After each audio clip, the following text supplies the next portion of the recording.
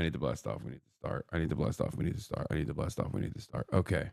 Trump fires DOJ people, cuts social benefits. AI wars are upon us.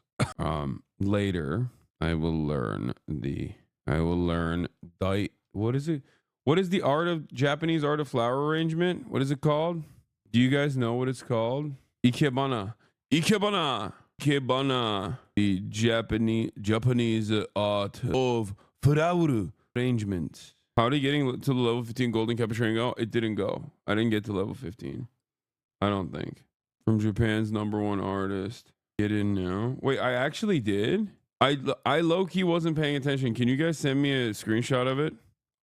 It's not a scam. I just straight up didn't think that we would get there. So I just stopped looking. I'm not scamming. I'm not scamming. I'll find something else to do today instead of getting hit in the balls. Yeah, I'll make Will make a flower arrangement for my balls instead. Okay, here it is. Look up Asmongold's friend, Coy Cody, on Behar, Texas court records. He has multiple domestic abuse charges. I have no idea who that is, brother. I have no idea who the fuck that is. Why would that be relevant to the conversation about Asmongold himself saying he wants to, do this thing? There's something evil, man. There's something real evil about this process of deportation, okay? Where you're just like, yeah, I can't wait to film this process. Like, this is some real straight Nazi shit. Because people think right now, I know how people think, okay? People right now think, oh, nah, these guys are just like rapists and stuff, dude. That's why it's like good. You want a rapist to stay in the country or whatever? And for me, the answer is like, I want a rapist to be in prison, okay? That's what I want. And it seems like you don't want them to be in prison. I just want to point that out. I want the rapist to go to jail, which would imply that they stay in the country instead of just like get a fucking free pass. So that's weird. Okay. If there is any raping going on, I want the person to go to prison. Okay. So that's number one. You don't, which is odd.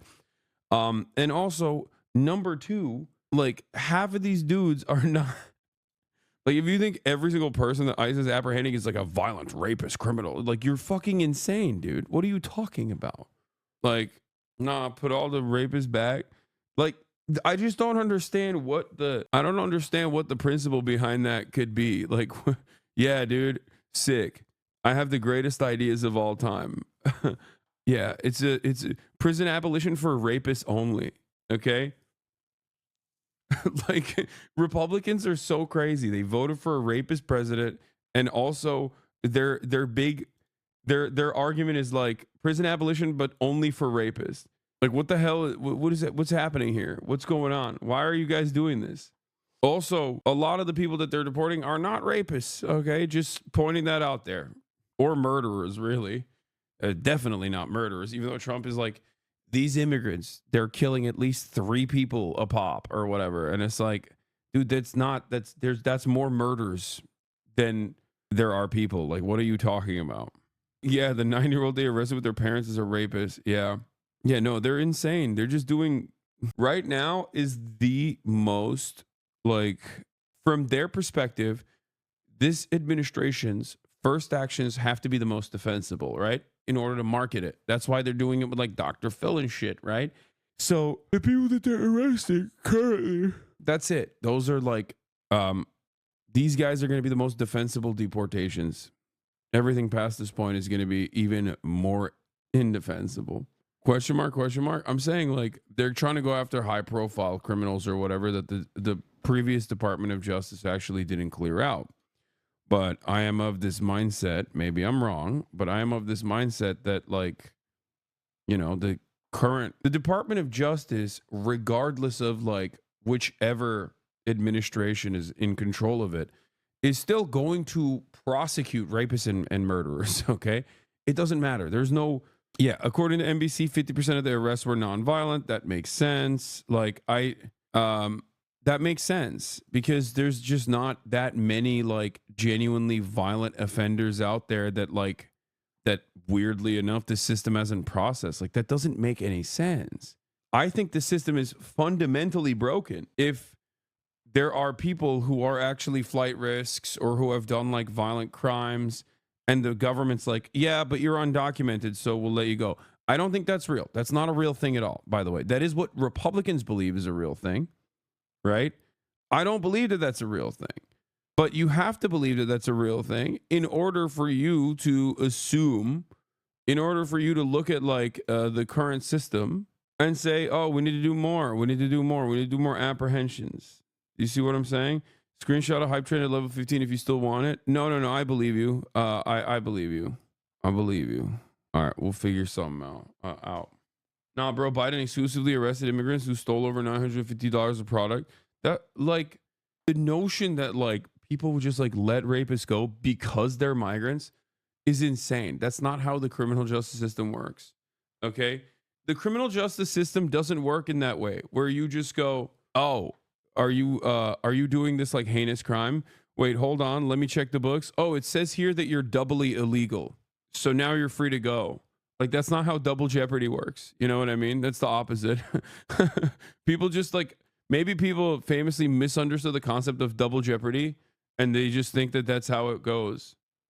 Like, if you're a rapist, you do a murder on the way after you're done with your rape, the police are like, oh no, he did both of these crimes, it's time to let him go. Like, that's not how this works. You know what I mean? You can't. They try to stop you while you're just doing the one crime, because if you do the second crime, then they will literally let you go. Everybody knows this.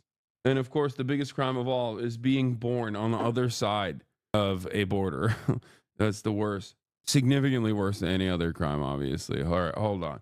Caroline, leave it. Not to be mistaken with love it or leave it. CBS is running fuck China propaganda, internment camps. And there is another Chinese. I mean, yeah. Of course they are. China is the #1 enemy, dude. Yeah, I do notice her large ass cross. Yes. Chatters, we're in a bad situation. We're in a bad place. I don't know how else to explain it, but here it is. Press Secretary Caroline Leavitt holds Trump administration's first White House press briefing. And in that White House press briefing, she announced something that is important for me, but also something that I most likely will not be able to take advantage of. She's inviting influencers and content creators to apply for White House press passes. Hold on. Before I take your questions, I would like to point out to all of you once again, have access to the most transparent and accessible president in American history. There has never been a president who communicates with the American people and the American press corps as openly and authentically as the 45th and now 47th president of the United States. This past week, President Trump has held multiple news conferences, gaggled on Air Force One multiple times, and sat down for a 2-part interview on Fox News, which aired last week. As Politico summed it up best, Trump is everywhere again. And that's because President Trump has a great story to tell about the legendary American revival that is well underway. And in keeping with this revolutionary media approach that President Trump deployed during the campaign, the Trump White House will speak to all media outlets and personalities, not just the legacy media who are seated in this room. Because according to recent polling from Gallup, Americans' trust in mass media has fallen to a record low. Millions of Americans, especially young people, have turned from traditional television outlets and newspapers to consume their news from podcasts, blogs, social media, and other independent outlets. It's essential to our team that we share President Trump's message everywhere and adapt this White House to the new media landscape in 2025. To do this, I am excited to announce the following changes will be made to this historic James S. Brady briefing room, where Mr. Brady's legacy will endure. This White House believes strongly in the First Amendment, so it's why our team will work diligently to restore the press passes of the 440 journalists whose passes were wrongly revoked by the previous administration. We're also opening up this briefing room to new media voices who produce news-related content and whose outlet is not already represented by one of the seats in this room. We welcome independent journalists, podcasters, social media influencers, and content creators to apply for credentials to cover this White House. And you can apply now on our new website, whitehouse.gov, new media. Starting today, this seat in the front of the room, which is usually occupied by the press secretary's staff, will be called the new media seat. My team will review the applications and give credentials to new media applicants who meet our criteria and pass United States Secret Service requirements to enter the White House complex. So in light of these announcements, our first questions for today's briefing will go to these new media members whose outlets, despite being some of the most viewed news websites in the country, have not been given seats in this room. Caroline, a question that we've asked your predecessors of both parties in this job. When you're up here in this briefing room speaking to the American public, do you view yourself and your role as speaking on, advocating on behalf of the president or providing the unvarnished truth that is, not to lie, not to obfuscate to the American people? I commit to telling the truth from this podium every single day. I commit to speaking on behalf of the President of the United States. That is my job. And I will say it's very easy to speak truth from this podium when you have a president who is implementing policies that are wildly popular with the American people, and that's exactly what this administration is doing. It's correcting the lies and the wrongs of the past 4 years, many of the lies that have been told to your faces in this very briefing room. I will not do that. But since you brought up Truth Seek, I would like to point out, while I vowed to provide the truth from this podium, we ask that all of you in this room hold yourselves to that same standard. We know for a fact there have been lies that have been pushed by many legacy media outlets in this country about this president, about his family, and we will not accept that. We will call you out when we feel that your reporting is wrong or there is misinformation about this White House. So yes, I will hold myself to the truth, and I expect everyone in this room to do the same. And Caroline, just on a substantive question, yesterday the White House Office of Management and Budget directed across the board freeze, with some exceptions for individual assistance, we understand, to federal grants. It's caused a lot of confusion around the country among Head Start providers, among providers services to homeless veterans, Medicaid providers, states saying they're having trouble accessing the portal. Could you help us clear up some of the confusion, Yes. give some certainty to folks? And also, is that uncertainty, how does that uncertainty service the president's voters? Well, I think there's only uncertainty in this room amongst the media. There's no uncertainty in this building. So let me provide the certainty and the clarity that all of you need. This is not a blanket pause on federal assistance and grant programs from the Trump administration. Individual assistance, that includes, I'm not naming everything that's included, but just to give you a few examples, Social Security benefits, Medicare benefits, food stamps, welfare benefits, assistance that is going directly to individuals will not be impacted by this pause. And I want to make that very clear to any Americans who are watching at home who may be a little bit confused about some of the media reporting. This administration, if you are receiving individual assistance from the federal government, you will still continue to receive that. However, it is the responsibility of this president and this administration to be good stewards of taxpayer dollars. That is something that President Trump campaigned on. That's why he has launched DOGE, the Department of Government Efficiency, who is working alongside OMB. And that's why OMB sent out this memo last night, because the president signed an executive order directing OMB to do just this. And the reason for this is to ensure that every penny that is going out the door is not conflicting with the executive orders and actions that this president has taken. So what does this pause mean? It means no more funding for illegal DEI programs. It means no more funding for the Green New scam that has cost American taxpayers tens of billions of dollars. It means no more funding for I love that.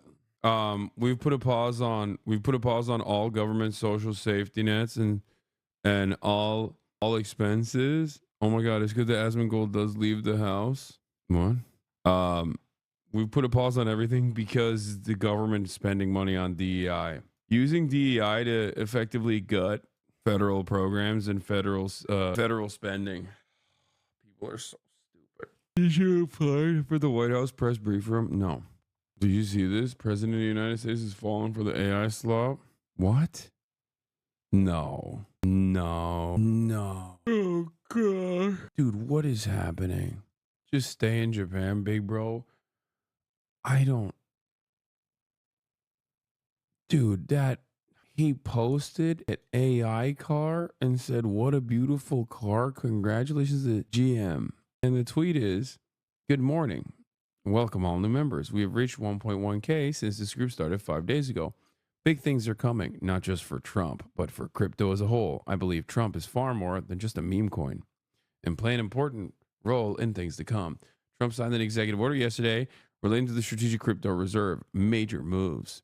He also told the WEF that the USA would become the crypto capital of the world. His company TMTG is also going into crypto and is working to acquire Bakkt. Launched the TruthFi exchange. Devin Nunes at Cash. Enjoy the show. Wow. What a beautiful car. Congratulations to GM. What a beautiful car. Wow. I don't even know, like I just don't fully understand what the deal is with GM. Like, what is GM for good morning in this situation? Like, what does this stand for? Because there's nothing like GM, like this is not about General Motors. The only time where GM is featured in the tweet, which is what is accompanying this AI slop image, he doesn't care about the GM part. He's just promoting his coin. I mean, yeah, it is concerning that he's, you know what? You're right. I'm talking about the AI slop angle, but yeah, this is the president that's quite literally promoting his own shitcoin while he's in office. It's crypto verbiage saying good morning. Okay, I am still invested in the AI slop shit. Maybe maybe this is to offer plausible deniability when he's like promoting his own crypto shitcoin. Isn't that impeachable? Yo, this guy thinks that guy's funny. Yo, did you guys hear that? There's a dude in the chat that said, "Isn't that impeachable?" Dude, that's hilarious. What's next? Are you going to tell me that, removing birthright citizenship is unconstitutional? Is that what's next? You're going to tell me like the Supreme Court would never allow that. Awesome. I saw this. You called it. Not sure how true though. What about that? Okay, let's continue. Can you claim asylum in Japan? No. Also, like, look, I'm very happy here and I'm having a fantastic time. I'm surrounded by my friends. I'm having fun, but like the reality of the matter is I do miss America a little bit, okay? I miss all the good and the bad. You know, I miss my dog Kaya, my daughter. Would never live it down if you left anyway. Remember when everyone got mad that Obama sold the book he wrote, Law Good Times? Oh my God. Two parties running at different speeds. Senate Dems are holding a press conference today to condemn the pardoning of January 6ers. That was done a week ago. Unclear if there's a presser today to go after OMB's power play to take over all of federal grant money. Oh my God. What? Dems need an extra day to come up with a counter to the Medicaid freeze? Oh my God. Team Jeffries in Dear Colleague letters lays out House Democrat strategy in response to the federal grant freeze. We will convene an emergency meeting of the House Democratic Caucus tomorrow. In response, at the meeting, we will discuss a comprehensive three-pronged counteroffensive anchored in 1. Appropriation strategy, 2. Litigation strategy, 3. Dude, what is going on, man? What? They are more incompetent than I thought they would be. Like the Democratic Party is truly worse. I'll just say it like this. The Republican Party is not worse than I expected because I expected the worst of them. But the Democratic Party is truly worse in their performance than what I expected them. And the bar was low. I expected them to do at least a little bit. Like I said, there's not going to be the classic hashtag resistance, all the stuff, right? And, yeah, I was right that there wasn't going to be a classic hashtag resistance. That's fine. But this is, beyond the pale. Dems are quiet quitting. I think they quiet quit a long time ago. The Ways and Means Democrat. Hey, so this is insane. Oh my God. OMB memo sent to me appears to suggest a pause on basically all federal assistance starting tomorrow at 5. Is there any other way to read this? Hey, so this is insane. We are we're the Ways and Means Committee for the Democratic Party. And hey, is anybody else seeing this?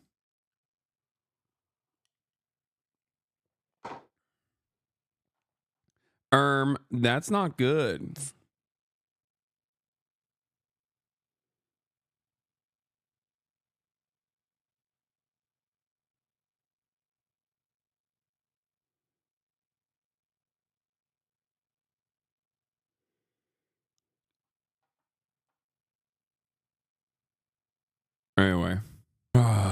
I'm falling asleep, but like with my eyes open. Genderism and wokeness across our federal bureaucracy and agencies. No more funding for Green New Deal social engineering policies. Again, people who are receiving individual assistance, you will continue to receive that. And President Trump is looking out for you by issuing this pause because he is being good steward of your taxpayer dollars.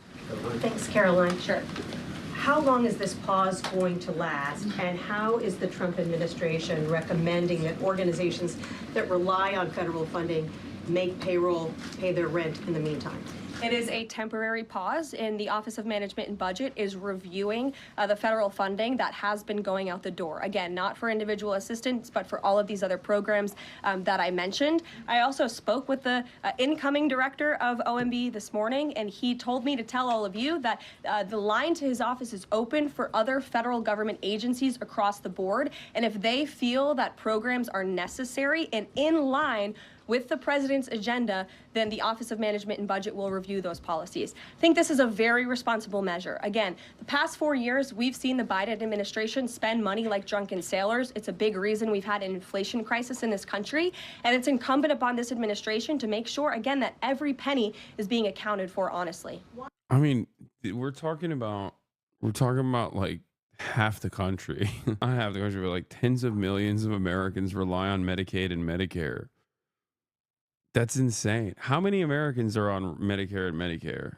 Medicaid and Medicare. 72 million. Grandpa has to die because woke, dude. You don't understand. Grandpa has to die because woke. Okay? Do you get it? Do you understand? We have to tackle woke. And now Grandpa has to fucking die.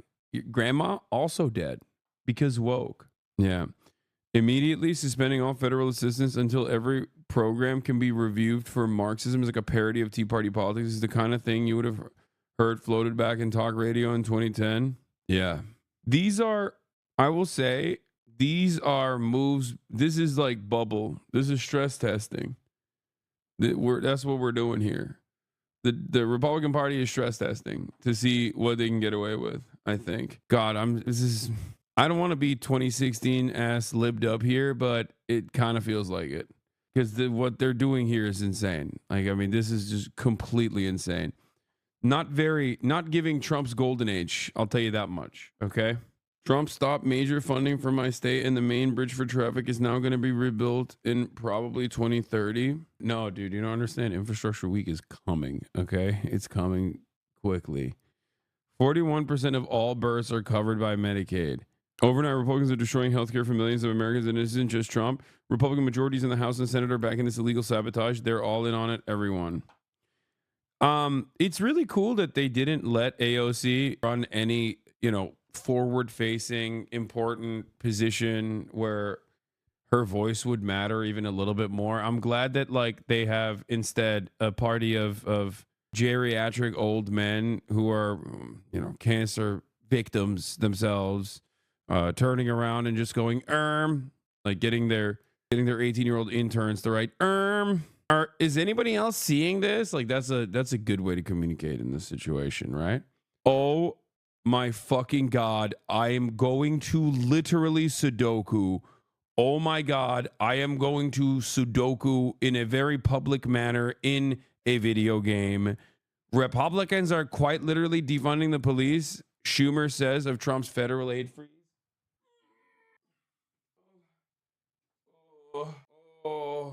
I don't feel good. I don't feel good. It feels like, it truly does feel like the Democratic Party is actively and deliberately trying to sabotage. Like it does feel like they've just abdicated their duty. They've completely dropped the ball. They just don't. I'm not an anarchist, chat, and I never have been. But goddamn, there's no, I don't know. There's no help coming from the government. Okay. News: confusion among Dems on how to respond to Trump's stunning federal assistance freeze, with Schumer telling senators to downplay policy response to the spending directive and just pick a single nominee to use as a protest vote. Several did that with Duffy just now. So they wanted to happen. No, there's no other way to look at it. I'm sorry. This is not just bad politics. You just don't care. You just don't care. You don't care that it's happening, and you actually wanted it to happen. And I think you like that it's happening. Like, nah, there's no, this is not incompetence. This is, you're complicit. That's crazy. Like, Schumer telling senators to downplay policy responses to the spending directive and just pick a single nominee for a protest vote. Like, so open, so obvious that they're not interested in doing anything. Like, a protest vote for a single nominee. What are you talking about? They don't need your fucking votes, man. They don't need your votes. Hey, guess what? Pete Hegseth is the Secretary of Defense. Okay, what do you mean a fucking protest vote? What the hell is going on right now? What are you people doing? What are you people thinking? What is happening? Am I losing my mind? Why are these people so bad? What the fuck is going on? I'm fucking losing my mind watching this shit unfold. Am I crazy? I don't know. Am I crazy? Like, what the fuck? How do you not do anything? What is the difference between you and Donald Trump? Voice cracked? Dude. This is, I'm fucking cracking this in. Fuck this shit. I'm sorry. If our mentally brain damaged, mentally deficient, leadership in the Senate responds to Donald Trump freezing all federal funding, which is the number one Republican fantasy, okay? This is the real shit that the Republicans fantasize about, the institutional Republicans fantasize about, not the racism. Everybody focuses on the racism, but the racism is actually for the kids, okay? The racism is literally the candy that you get to eat after eating the broccoli. This is the broccoli. This is the real shit, okay? Cutting federal funding is the real shit. Undermining the federal regulatory agencies is the real shit. The racism is just the scraps that they throw to the fucking peasants and the lumpen proles who love all of the culture war. That keeps them distracted. That makes them feel like their voice matters and has an impact. But that is the real fucking shit. And they're doing the real fucking shit. And the Democrats are like, well, nobody, I'll have you know, sir, it is you who has defunded the police. I will throw you in prison, okay? I want to put you physically behind a prison. I want Chinese-style communism to happen inside of the Democratic Party right now, okay? I want to do cultural revolution shit when I see that, okay? We're doing a struggle session. Chuck Schumer, get on the fucking cuck stage, okay? People can now throw their old tomatoes at Cuck Schumer. Get on the cuck stage now. Explain to us your counter-revolutionary behavior right now, Cuck Schumer. I decided to talk about the funding of the police. I thought that was an acceptable, appropriate angle of attack, while Donald Trump has cut the fucking healthcare of 72 million Americans. What the fuck? What do you mean? Donald Trump has defunded the police. What do you mean? Who is this for? Nobody thinks you are the pro-funding the police party. Nobody thinks that. You're a fucking idiot. You're fucking so stupid. They think you're a goddamn socialist. They think you want to kill cops. Why the fuck are you trying to be I guess Donald Trump defunded the police? That is, oh my God. As far as a line of attack goes, what a fucking stupid way to have this conversation when there are tens of millions of Americans who are in a place of uncertainty right now, okay? Whether it be their Social Security, whether it be their health care, and you're going, awfully hypocritical, don't you think? I can't look at this in any way other than complicity. Sorry. Was this not just irony? What do you mean? I mean, I don't know, man. Maybe they're in a state of shock. What the fuck are you talking about? I get to be in a state of shock. You get to be in a state of shock. We are just normal citizens. The Democratic Party doesn't get to be in a state of shock. Also, I showed you an example of someone within that state of shock that actually is doing a much better job communicating a counter. And like it, hate it, doesn't matter. AOC, AOC has done a lot of stuff that I disagree with. especially with respect to the Brandon regime. But that is the appropriate way. That is the competent leadership that you're supposed to get from the fucking Democratic Party.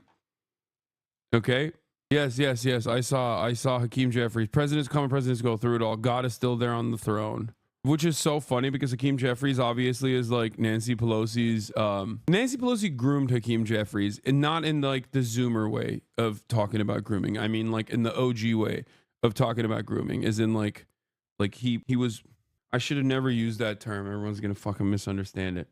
Like Hakeem Jeffries is Nancy Pelosi's guy. Okay, he was prepared for the job. He was mentored for the job. He was groomed for the job. He was the protege, and some of you might not know this, but Nancy Pelosi also is like very godly, and it's interesting because I guess he's also running with the "I'm very godly" thing. Not blaming a bug that nuked a Medicaid site after obviously lying they wouldn't touch it, and Dems aren't saying shit. The White House is aware of the Medicaid website portal outage. We have confirmed no payments have been affected. They're still being processed and sent. We expect the portal to be online shortly. It's like another example of bare minimum response here. Lies. Okay. I mean, decent. Definitely still better. Not as good as the AOC one. But like, dude, that is bare minimum. Okay. That is bare minimum. Like AOC is bare minimum. I'm not saying that's what the Democrats should be doing. I'm saying that is what any competent person would like immediately start off as.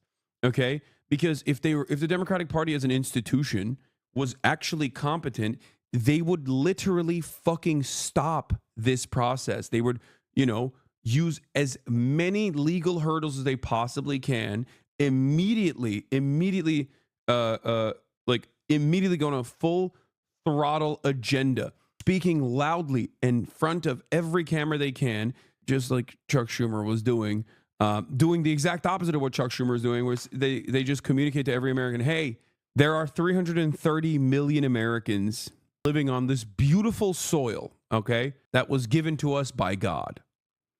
And as a God-fearing, law-abiding American citizen, and as a public servant, I come to you, the American people, with horrifying news, because every single one of you at a certain point takes advantage without recognizing or directly takes advantage of a government entitlement program.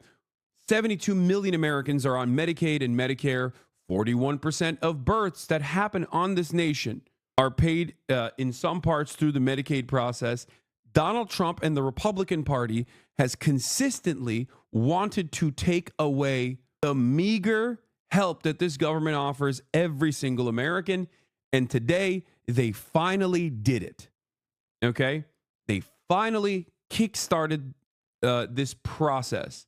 And as a competent Democrat, as the leader of the Democratic Party, I am going to do everything in my power to protect you, every single one of you Americans, because it does not matter if you're a Republican. It does not matter if you're a Democrat. It does not matter if you didn't vote at all.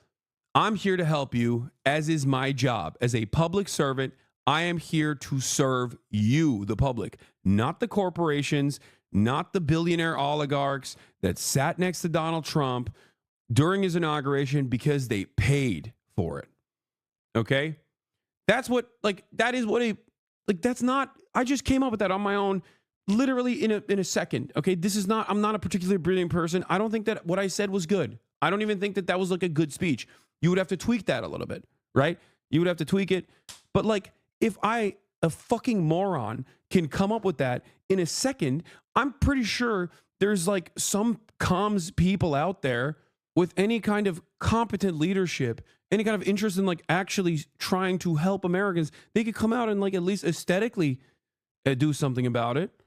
Like, it blows my mind. It blows my mind. Like, what, really? This is not reinventing the wheel, okay? This is just like basic stuff. Like, this is what you're supposed to do. This is what basic politics is, okay? Even if you don't fucking believe in any of this shit, that's what you're supposed to say. You think Republicans, you think like a Yale graduate, Rhodes Scholar is constantly thinking about woke? No, they're talking about it because that's what keeps people's attention as they actually pick apart the federal government, okay? As they take away what remains of these marginal social safety nets that every American takes advantage of, like Google, federal freezes, Medicaid pause, Trump freeze, funding freeze, Medicaid funding freeze. See, I think you're lightly wrong. We have politicians in Canada that genuinely hate trans people and shit, I feel. No, dude, you're misunderstanding me. Like, I'm sorry, but you cannot convince me that the only thing that like the average Republican politician cares about is like some dumb culture war shit, when what they do care about is making sure that their corporate benefactors get a decent return on their investment in terms of campaign contributions. Okay. They care about deregulation. They care about tax cuts. That's what they care about. The woke shit, like they don't care about the green M&M not being fuckable enough. Okay. That's just something that they talk about to, you know, make people pay attention to that when they're secretly undermining the federal government at the behest of corporations. Okay. Like you think, oh man, they took out the dick vein from the Snickers bar, dude. That's what I'm writing a piece of legislation to combat the woke. I'm memeing. I'm using exaggerated examples of what Republicans, you know, talk about in terms of woke and cancel culture or whatever the fuck. How are Republican how are Republican commentators like Ben Shapiro going to justify this? Are you kidding me? This is Ben Shapiro's dream. Ben Shapiro probably died for like 3 seconds. He experienced medical death for 3 seconds because he nutted too hard when he heard that like all federal spending was frozen, whether by accident or deliberately. Okay. He probably died and came back. Ben Shapiro is now Jesus Christ officially. Okay. You think Ben Shapiro would turn around and be like, oh my God, I can't believe the Trump administration has done the thing that I can't even talk right now. I have nutted. I apologize. Excuse me. I've soiled my boxer briefs. Okay. It seems I'm the second. It seems this is the second goonacide. Okay. The first one happened at the bikini bar. The second one is happening in my pants. I have never been so hard in my entire life thinking about all the poor people dying because they don't have access to government-funded entitlement programs when they should have simply worked harder and picked themselves up by their bootstraps if they're experiencing any sort of medical problems at the age of 75 is what makes me nut. I now have a wet-ass P word in my pants. Why pose this pause with so little notice? Why not give organizations more time to plan for the fact that they are about to lose, in some cases, really crucial federal funding, at least for a period of time? There was notice. It was the executive order that the president signed. There's also a freeze on hiring, as you know, a regulatory freeze, and there's also a freeze on foreign aid. And this is, again, incredibly important to ensure that this administration is taking into consideration how hard the American people are working. And their tax dollars actually matter to this administration. You know, just during this pause, DOJ and OMB have actually found that there was $37 million that was about to go out the door to the World Health Organization, which is an organization, as you all know, that President Trump, with the swipe of his pen in that executive order, is no longer wants the United States to be a part of. So that wouldn't be in line with the president's agenda. DOJ and OMB also found that there was about to be 50 million taxpayer dollars that went out the door to fund condoms in Gaza. That is a preposterous waste of taxpayer money. So that's what this pause is focused on, being good stewards of tax dollars. One on the freeze in federal funding. Who advised the president on the legality of telling government agencies that they don't have to spend money that was already appropriated by Congress? Well, as the OMB memo states, this is certainly within the confines of the law. So White House counsel's office believes that this is within the president's power to do it, and therefore he's doing it. Okay, so they disagree with lawmakers who say that they don't have the power to freeze this funding. Again, I would point you to the language in the memo that clearly states this is within the law. And on what happened on Friday night, the administration fired several inspectors general without giving Congress the 30-day legally required notification that they were being fired. I think only 2 were left at DHS and the DOJ. And then yesterday we saw several prosecutors, I believe 12, fired from the Justice Department who worked on the investigations into the president. As you know, they are career prosecutors, therefore they are afforded civil service protections.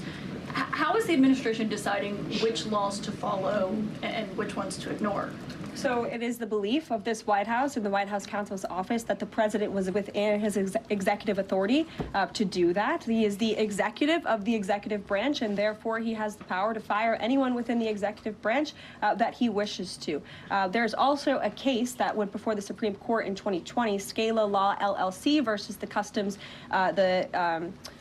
Bureau Protection. I would advise you to look at that case, and that's the legality that this White House was resting on. So you're confident that if they bring lawsuits against you, those prosecutors who were fired, that they will succeed? We will win in court. And yes. Did he personally direct this, given they worked on the classified documents investigation and the election interference investigation? This was a memo that went out by the Presidential Personnel Office, and the president is the leader of this White House, so yes. I do want to go to you first, Daniel Dale, to talk about a very big issue that is going to affect a lot of Americans, and that is the recent pause by the White House on these federal. Yes, I heard condoms in Gaza. I heard. How much you want to bet that is a reframing of much needed, like reproductive health aid? Okay, it's most likely medical aid, and they're just basically saying it's condoms in Gaza. The irony, of course, is that it's most likely sanitary products and not condoms, but like tampons and other versions of like medical aid for reproductive health purposes specifically. But, you know, they just said condoms in general to make it seem like the entire program is silly and stupid. Leave it. Said that the signing of the executive order was sufficient notice. That's so messed up. Yeah. Grants and loans. Carolyn Levitt tried to say repeatedly that she had answered this question, that direct assistance like Social Security, Medicare, food stamps, if you're getting that direct assistance or that direct check from the government, it's not going to be affected. But there's a lot of groups that you would expect and nonprofits that you would expect will asked about Meals and Wheels, Head Start. She wouldn't answer that question. And there's also so much other federal funding that goes to nonprofits, that goes to local and state entities. So not directly to individuals, but to entities that provide that essential aid then to individuals that's held up. What did you think about what you heard? Yeah, I think it's a classic spinmeister tactic, saying I answered that when you haven't answered it, and apparently can't answer it right away. There's considerable uncertainty around the country among nonprofits of various kinds, organizations of various kinds, and the people who get help from those organizations. So they may not get direct individual payments straight from the federal government, but their lives, their situations, their living situations, in some cases their food and transportation situations, are very much dependent on the aid that comes through and into your. There are shitty and rudderless center-left parties everywhere, but the overwhelming majority of them would still probably realize what just fell into their lap if you put them in this exact position. I would also recommend that we focus on grants, law enforcement, opioid prevention, and veterans, things that Trump voters and swing voters may particularly care about. I don't know how to, I don't know what to say. Like I am in awe. I genuinely think that you can't be this bad unintentionally. Like it's just so bad. Like hyper focusing on things that the Republican voters care about. Like, yeah, you know what they care about? Fucking healthcare, man. What are you talking about? Like, what do you think is more important to like a Republican who has grandparents on Medicare? Funding the police? Like, you think that's more prescient? That's more significant? They shut down all federal spending to do this like silly ass like who's woke around these parts style McCarthy trials. Like, you think that's worth it? You think that's a worthwhile thing to engage in? This is the stuff that Republicans dreamed about for years and years and years. And the only reason why I mention that is because that obviously implies that the Democrats know that this is coming. As a matter of fact, I know that the Democrats know that this is coming because they constantly used to, quote unquote, fearmonger about this sort of thing, that this is precisely what the Democrats will be doing. And to me, it feels like that fear-mongering wasn't real at all. Like they were just kind of doing that, but they didn't have any sort of real investment in it. Because now that moment has come, They're talking about the dumbest shit possible. It was clearly outlined in Project 2025. Chatter, Project 2025 was Project 2024. And here, I'll show you these two quotes back to back that perfectly represent this. Reckless is correct. This is what Paul Ryan worked on his whole career, and many Republicans before Paul Ryan as well, and many Republicans will after this as well. Okay? So this goes back to the point that I was making about Project 2025. The Heritage Foundation and the American Enterprise Institute is the backbone of the Republican Party. Okay? Their agenda is the Republican agenda. Trump is not unique in that regard. Okay? This is very much the Republican Party's agenda and has been for the longest time. Right? So it's not even necessarily like Project 2025 that is something that they something that you should be like fearful of or notice or whatever. This is like what they have been doing for years and years and years. This is just a logical conclusion of reactionary American Republican Party politics. Okay? And the things that they used to dream about that the Democrats would openly say that they're going to do, and then the Republicans would be like, nah, we wouldn't do that. That's crazy. They're finally doing. And the Democrats are like, hey, you know what's really crazy? Donald Trump is defunding the police.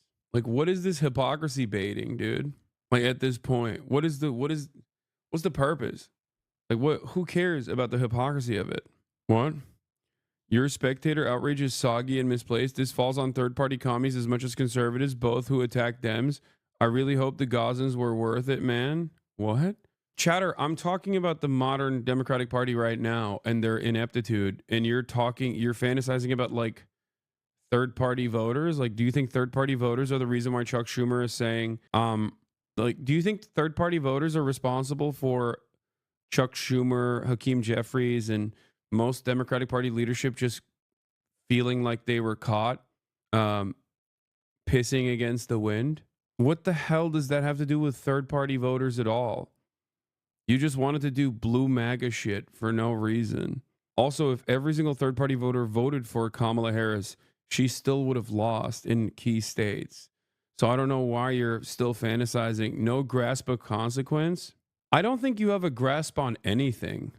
At least the dumbass MAGA people get something out of their leadership. There's a whole bunch of pain that comes along with it, but at least the dumbass MAGA people who are unimaginably loyal to Donald Trump sometimes get something in return. Like if they went to prison, they get released or whatever. Democrats don't even do that for their loyalist blue MAGA, and you still are defending them at a moment when your grandfather's like social safety nets might be in play here, and they are just the singular group that actually has to do something to fight back against this is woefully incompetent and is doing a terrible job of pushing back, and you're still fantasizing about some third-party voters and also Gaza. When I hear stuff, more soggy outrage, I'm out, said my piece. When I hear stuff like this, I'm not gonna lie. It's very hard, very, very hard for me to maintain any semblance of empathy for a person like this who is going to be probably horribly fucked over by this administration. I totally get why people despise liberals in the Democratic Party in general, though. Because, like, if I was a person with no firmly held convictions, okay, but at least, like, I had an opinion about, I don't know, babies dying in Gaza or something, and some smarmy ass fucking moronic liberal came up to me and said this, I'd be like, okay, I'm a Trump voter now. Fuck you. My entire life's mission now is to make sure that that guy is pissed off all the time. Like, that's how I would operate going forward. I'd be like, nah, like, I hate you. I hate you so much. I hate you almost as much as I hate the Republicans. And as a matter of fact, right now, you're the one who's annoying me. So I hate you more than the Republicans is what the average person's opinion would be. Like, liberals are so smarmy, so entitled, so elitist, and so wrong all the time. Okay? Like, can you imagine looking at this moment? Like, if you as a liberal and a card-carrying Democratic Party supporter, if you are not angry at the Democratic Party right now for not mounting a significant defense okay, even on aesthetic grounds. And you're still using this as a silly way to just yell about like Jill Stein voters who wouldn't have actually made up for Kamala Harris's ineptitude anyway and incompetence in her campaign anyway, because the margins were that bad. Then you've basically demonstrated that you don't care about anything. Like, this is the moment where you're supposed to come in here and be like, you know what, Hassan? I normally hate you because I think you're far too critical of the Democratic Party, even though the Republicans are a far graver threat to American future. And this is the moment where you're supposed to say, you know what? We're aligned on this. And I think that the Democratic Party should be doing a better job fighting back against this. But you just fantasized about the third-party voters somehow being responsible for this, even though the numbers prove you wrong, demonstrating once again that it's just your petty disagreements that you have with people that have people who don't agree with you for a multitude of different reasons, sometimes very valid ones. A federal judge temporarily blocks Trump administration freeze on federal grants and loans. I just don't understand the mentality of I don't understand the mentality of demonstrating cult-like loyalty towards the Democrats. At least the Republicans do good politics and constantly focus on like idiotic culture war shit that these people seemingly can't get enough of, right? The Democrats don't even do that. They don't do anything. Organization, and we still do not have clarity on what is happening with the funding that usually goes to those entities. Let's go to the briefing room now with CNN's Caitlin Collins, who was asking questions of Levitt specifically about the legality of Trump freezing money. Hassan, a sneaky Republican. Hassan just loves shitting on both sides. Such an easy thing to do. Is it? Okay. Let me ask you. Ask yourself why it's so easy to shit on both sides. Perhaps it is because the Democrats are also fucking dog shit at their jobs. Have you considered that? Perhaps you also recognize that, and that's why you're admitting that it's easy to do. And then you follow up by claiming that I'm a sneaky Republican. No, dude. The Democrats and their complicity towards the Trump administration and its agenda, some of the most insane aspects of their agenda, is infinitely more complicit or infinitely more pro-Republican than any number of different criticisms that I can launch against the Democratic Party for aligning with the reactionary right. Okay? I just wish you would sometimes say some good things about Democrats. I'm going to lose my fucking mind, dude. I don't hear it ever because they don't do it ever. They don't deserve it, okay? They don't deserve it. The fuck do you mean? What do you want me to do? What do you want me to do? Just fucking lie? Is that what you want? Oh, nah, dude, you guys don't understand. When Chuck Schumer said, oh, the police are getting cut and the Republicans are actually the party that's defunding the police, a failed message from now officially 2 election cycles, okay? It didn't move the needle for Biden in a significant way in the 2020 cycle, and in spite of that, Biden still won, and it did not move the needle for Kamala Harris, who lost, okay? Nobody in America thinks that the Republicans are the party that's defunding the police. Like, that's not real. That's not a real thing. That's just a stupid thing that they keep fucking repeating over and over again, even though it's a failed message. My criticisms of the Democratic Party revolve around their closeness to the Republican agenda, okay? I don't think people understand this when they come in here and they go, oh, man, Hassan, you're, like, criticizing both sides. It's like, yes, dude. If both sides are reflecting the same right-wing politics, okay, then yeah, I'm going to be critical of that because I have an issue with right-wing politics. I have an issue with reactionary politics.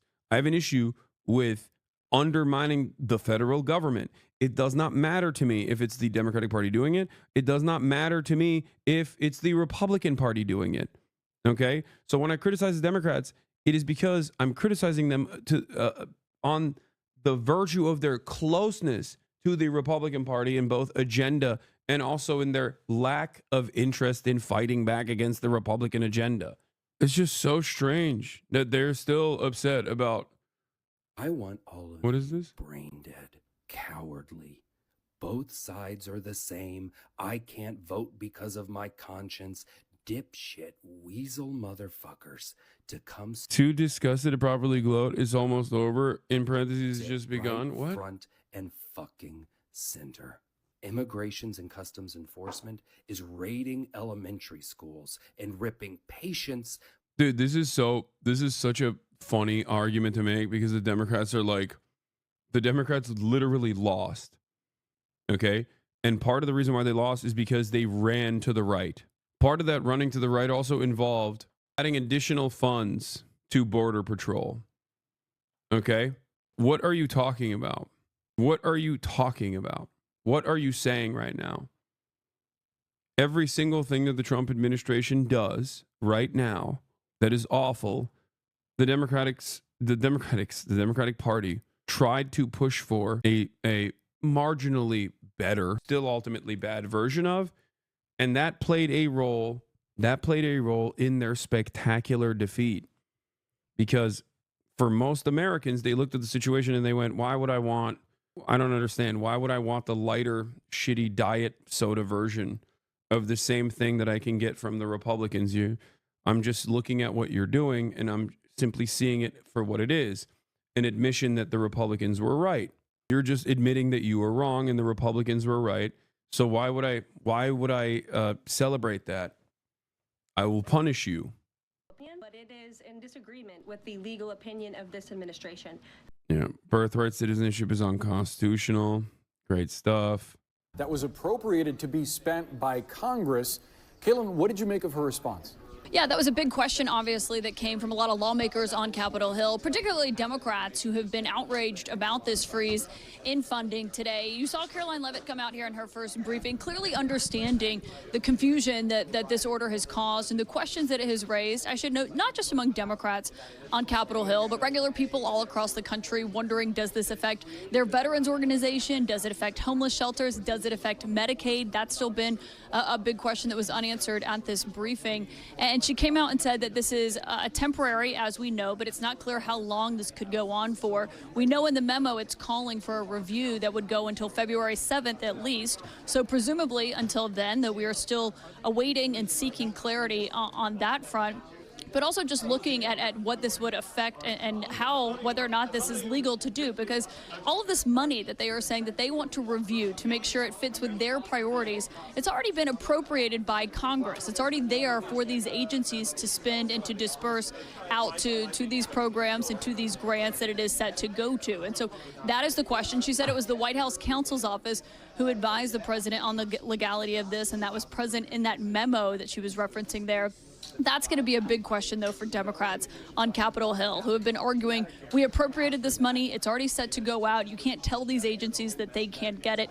But then she did reinforce there that this is not a permanent ban on this funding. It is temporary. But again, that is still raising real questions from a lot of places around the country that are seeking clarity on this. We're going to start with the breaking news, though, from the Trump White House and a dramatic new move that could impact millions of Americans. Overnight, the administration ordered a freeze that starts today on all federal grants, loans, and other aid. Now, that could amount to trillions in... Dude, another thing that I found a funnier way to argue against this, okay? I'm Chuck Schumer. I go up on stage and I say, ladies and gentlemen, Donald Trump, once again, showed that he's Vladimir Putin's best friend because these funding freezes will also undermine our support for Ukraine. Tropes? Yeah. I don't know what this is. Tropes? What is the trope? What are you saying? Donald Trump is putting our allies at risk by taking away funding from NATO. It's like people are dying on the streets, dude. There's like no more grants for people that are in desperate need of aid from the federal government. And Chuck Schumer comes out and says, like, we are really threatening America's position around the globe by taking away funds from NATO. A Georgia Republican suggested kids who participate in school lunch programs sponge off the government. Hell yeah. That's my favorite, dude. federal dollars. And there are new executive orders to tell you about targeting the military, including ending DEI initiatives and forcing out transgender service members. Our correspondents in Washington are covering this story from all angles. Let's go first, though, to Nancy Cordes with that memo that was sent to federal agencies last night. Nancy's got people talking. Good morning to you.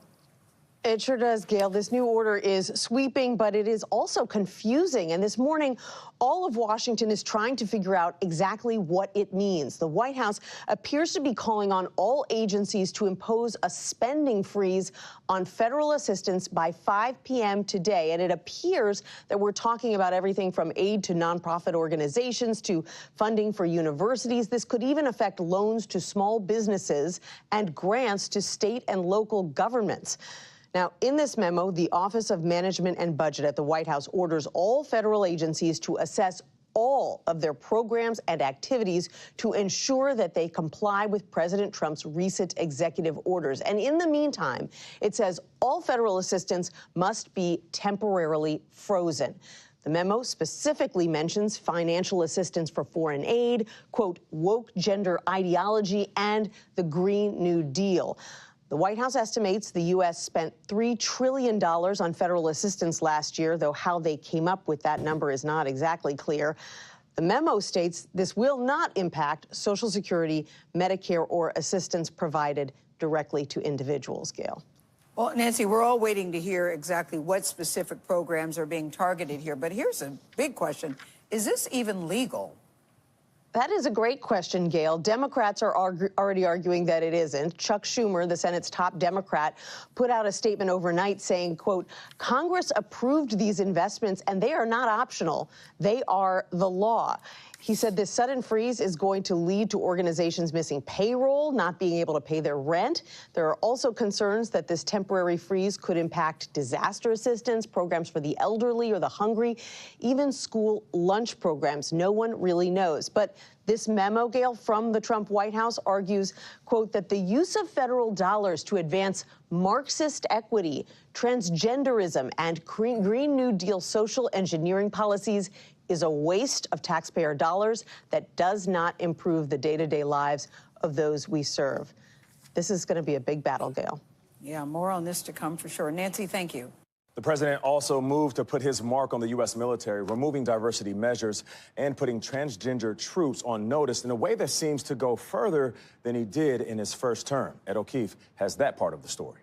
Traveling back to Washington last night, President Trump signed a series of executive orders, including one calling on the Pentagon to begin pushing out transgender troops. I want to thank you all. A movie previewed earlier in the day. To ensure that we have the most... Dude, every day is just worse than the last. This is crazy. It's great. Lethal fighting force in the world. We will get transgender ideology the hell out of our military. It's going to be gone. Trump had already revoked protections for transgender service members implemented by former President Biden.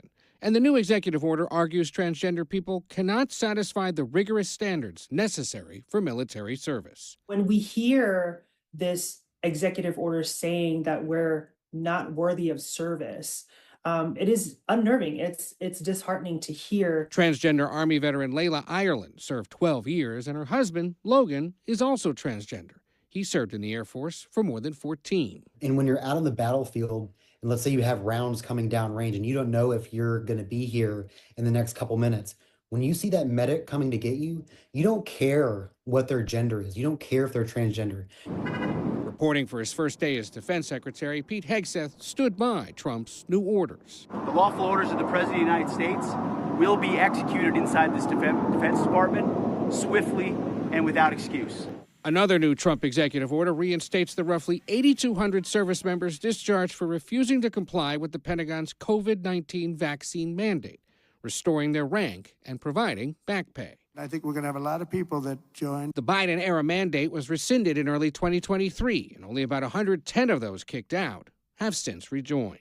Trump is also ordering the Pentagon to start developing an Iron Dome system over the USA. It's modeled on the air defense system that keeps most missiles fired at Israel. This is my favorite one. Like, okay, in a sea of like horrific actions that they're taking, the one where they're like, we're going to do our own Iron Dome, that one is awesome.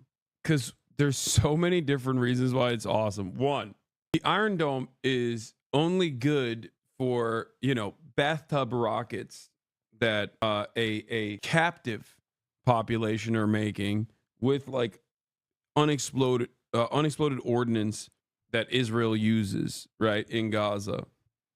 and you know some other traffic materials too. But ultimately, obviously, the Iron Dome can't do anything against like nukes or more serious firepower. That's number one. Number two, Israel is much smaller as far as area surface than the United States of America, obviously, and therefore it is easier to cover Israel with the Iron Dome. Number three, the notion that the greatest threat to American lives and American safety is going to be like rockets coming in from Canada or Mexico, and not the fact that, you know, the Trump administration is doing a full-scale federal freeze. Like, what are we doing here? Like, what do you think is more damaging, dude? Just having for-profit healthcare or rockets? Like, what do you think kills more Americans every year? I genuinely think Trump thinks that the Iron Dome is also like a dome, like a physical dome. I don't know why, but I have this belief. I have this suspicion that Trump actually thinks that there is an actual dome, a physical one, and that it would be cool to build that on top of America. Okay? From ever hitting targets. And we protect other countries. Yeah, we do have a pretty robust, we have an Iron Dome in the U.S. called the nuclear warheads aimed at their heads. Yes. Also, we have a fairly robust, like, missile system regardless. Not only are we sheltered in the United States of America because we're so far away from any sort of foreign adversary that could provide any sort of foreign adversary that could be an immediate threat, okay? We also have interception systems anyway. Like, we just have, it's just so stupid, which is why I think it's funny. It's like, great, yeah, do the Iron Dome, man. That seems like a great idea. But we don't protect ourselves. And in another move on Monday, more than a dozen Justice Department officials who worked on special counsel Jack Smith's investigations of Trump were fired. The spokesman tells CBS News the acting attorney general, quote, didn't believe they could be trusted to faithfully implement the president's agenda. Tony, lots of Ed, thank you very underway much. in Washington. Yeah, that's for sure, Ed. Thank you very much. Appreciate it. Look at Chicago. It looks a little different under Donald Trump. Go to the south side, and the streets are more empty than usual. There's a reason for that. They're calling Chicago ground zero for migrant arrests, a city targeted first in Trump. What the hell is this? Scoop, Trump offering buyouts to all federal workers? Bro's running it like it's an Amazon distribution facility. What is happening right now, dude? What? The White House will issue a memo Tuesday offering to pay federal workers who don't want to return to the office through September 30th, as long as they resign by February 6th. An acceleration in President Trump's already unprecedented purge of the federal workforce. The government-wide email being sent today is to make sure all federal workers are on board with the new administration's plan to have federal employees in office and adhering to higher standards. We're 5 years past COVID and just 6% of federal employees. Oh, they're doing a buyout. They're doing a buyout package if you don't want to, if you can't basically return to the office, because that's the real problem here. It's not that people don't want to return to work. It's that some people simply can't because they moved, right? So basically, Trump is using this as an opportunity to cut federal employees. Many were hired remote station too. Yeah, great. The administration projects the buyouts could ultimately save taxpayers up to $100 billion a year. Trump's deportation drive. It's never this quiet. Usually people are always walking up and down. In this Hispanic neighborhood, they tell the migrant story of a community kept indoors and of streets emptied. People retreating to the shadows for fear of what they're calling here collateral arrest. My mom, she's scared to come out, and if anything, if she does get deported and everything, it's gonna be really hard. She's just scared to go out there. She has more anxiety going out there. It's like I was saying, that she might get picked up somewhere else from work or around where we're living. They don't normally keep the gates shut at this migrant support center. We're noticing pickup trucks. They're using a lot of different cars that you can't tell whether or not they're, ICE agents, whether they're, police. This is an open house for immigrants in the area, but immigration raids have altered the routine. Here we met Oliver. He came to America from Venezuela, has a work permit, and has been working in construction. Not currently. There are rumors about migrants, and I'm scared that they might catch me, deport me. My family depends on me. Here in New York City this morning, we are getting the dirt bags off these streets. This was Kristi Noem, America's new Secretary of Homeland Security. She joined a migrant raid in New York. They are expanding the map. U.S. immigration enforcement has been publishing totals for the arrests that they're making. The figures are up on the daily average during Joe Biden's final year. It's the measure that matters in government by numbers. It is applauded by much of America. The crackdown and its choreography, not so much in the community's center stage. This morning, an escalating crackdown nationwide on illegal immigration. Federal officers on the move in major cities. Newly confirmed Homeland Security Secretary Kristi Noem in New York. Is there anything positive to talk about? No. Yeah, the federal funding freeze has been temporarily blocked by a federal judge, by the way. So I guess there's that. I made my first successful slingshot. Is that positive? Yes. Yeah, this is day 8 of the Burger Reich, and this is where we're at. Day 7 of the Burger Reich saw massive, a fairly sizable downturn for the stock market due to revelation from China. Day 8 is full-scale funding freeze that has now been frozen by a federal judge, at least for the time being.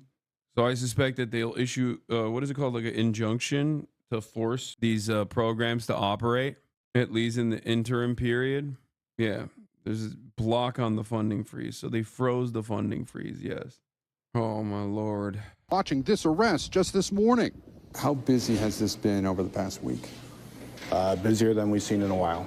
The number of daily arrests rising. A senior administration official telling NBC News ICE arrested nearly 1,200 undocumented immigrants in one day. Roughly half had criminal records, in addition to being in the country illegally. If somebody is here illegally, whether or not they've committed, crimes, there is that possibility that they could be, arrested. We saw one enforcement operation firsthand in Chicago. We're now heading to the northwest part of the city. Yesterday, they couldn't find one particular 25-year-old from Mexico with a lengthy criminal history. But this morning, a surveillance team has just seen him at work, and that's where we're going. Agents move in, arresting Christopher Lara from Mexico. ICE says he has a criminal record, including convictions for home invasion and aggravated battery. This is the one that's coming in. NBC News also getting rare access to an ICE processing center, where we found Lara arriving in handcuffs. He denies the charges against him, saying he deserves a second chance. I went to school my whole life here, from preschool all the way to my senior year. He says if he's deported back to Mexico, he'd leave behind a 5-year-old daughter. He does have serious charges and convictions. So I understand he has a daughter, and that's unfortunate, but we still have a job to do, and we still have to follow the law. Meanwhile, after a brief feud with Colombia over accepting deportees, President Trump now threatening tariffs for any country that gets in the way of his mass deportation effort. We've made it clear to every country that they will be taking back our people that we're sending out, the criminals. But for the families left behind, it is agonizing. This woman's father was just arrested. He's lived here many years, she says. It breaks my heart. Meanwhile, some new developments at the U.S. southern border.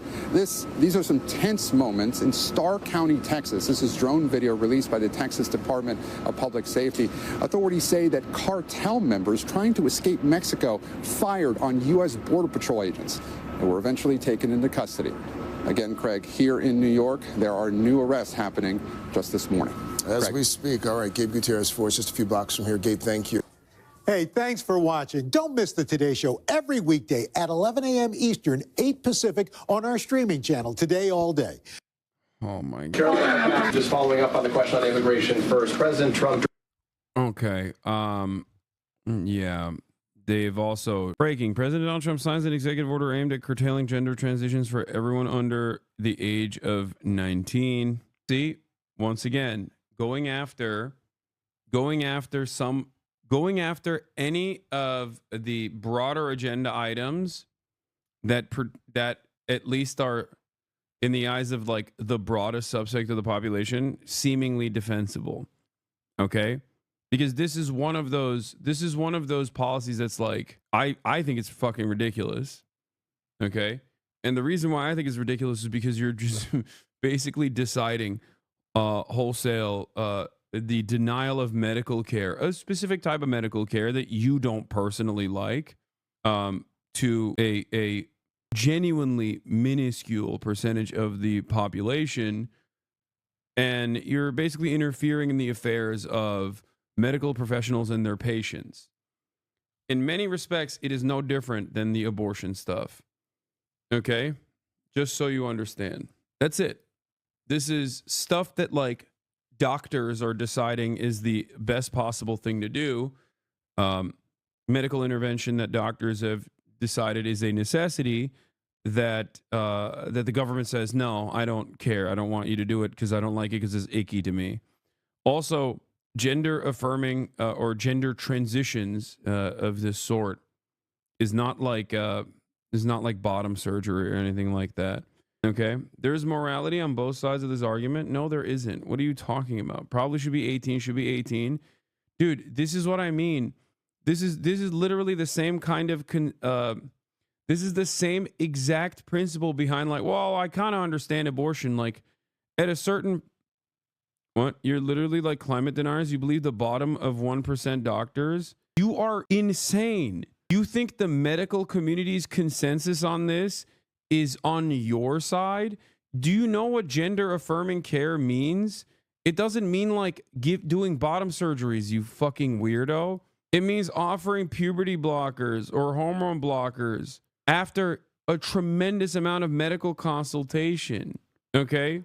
Cis girls and cis boys in certain instances have gotten more complex medical procedures done as minors than what we are talking about. Okay, you just don't like it because it's trans people and you're like weirded out by it and you think it's gross. I am not a medical expert.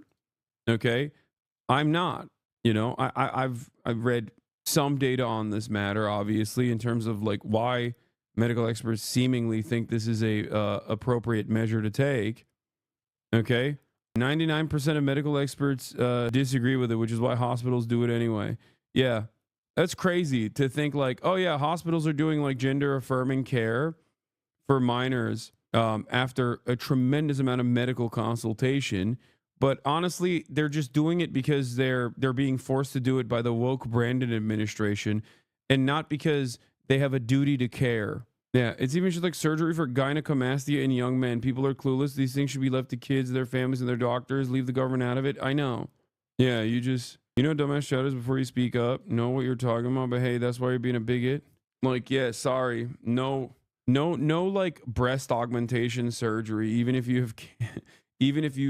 they caught you with cancer at a super early age.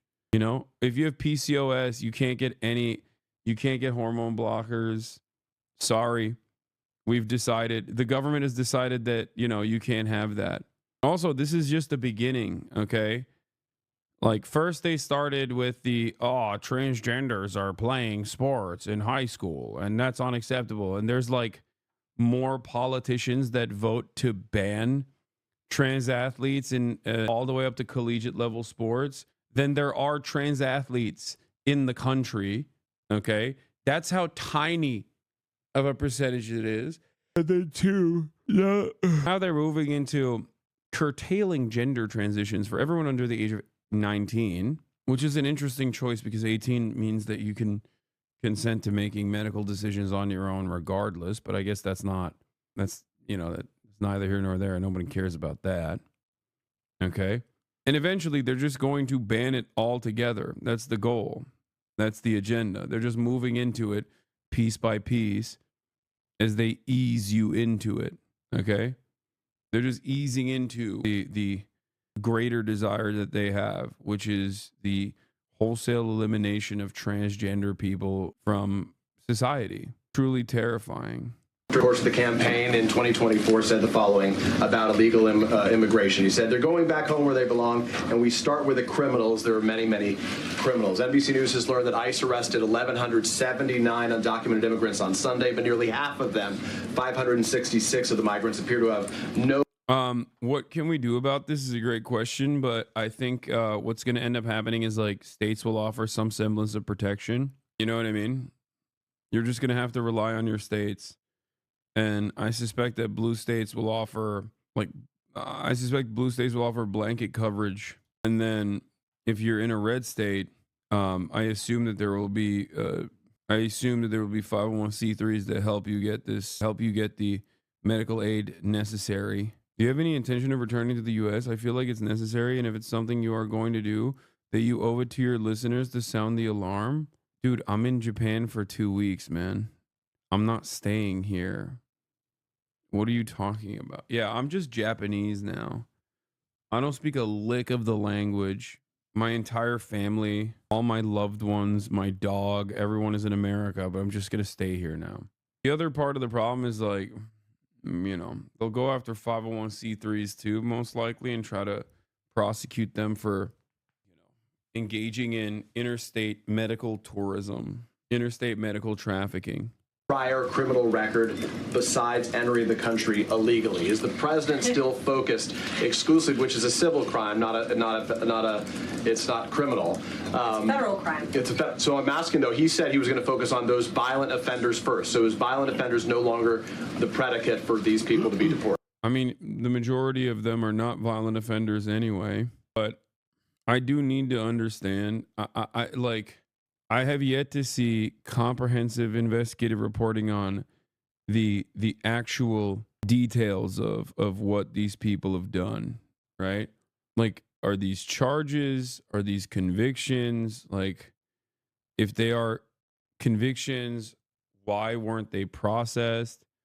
If they are serious charges, why were they not detained?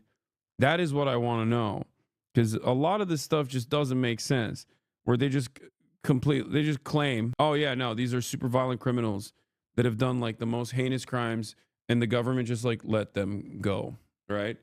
And why do they do that? Well, because they're undocumented and the government's woke. Okay, that's not a good enough answer for me. Like, that seems somewhat ridiculous. I'm sure that you believe that, but that's not the criminal justice system I know. You know what I mean?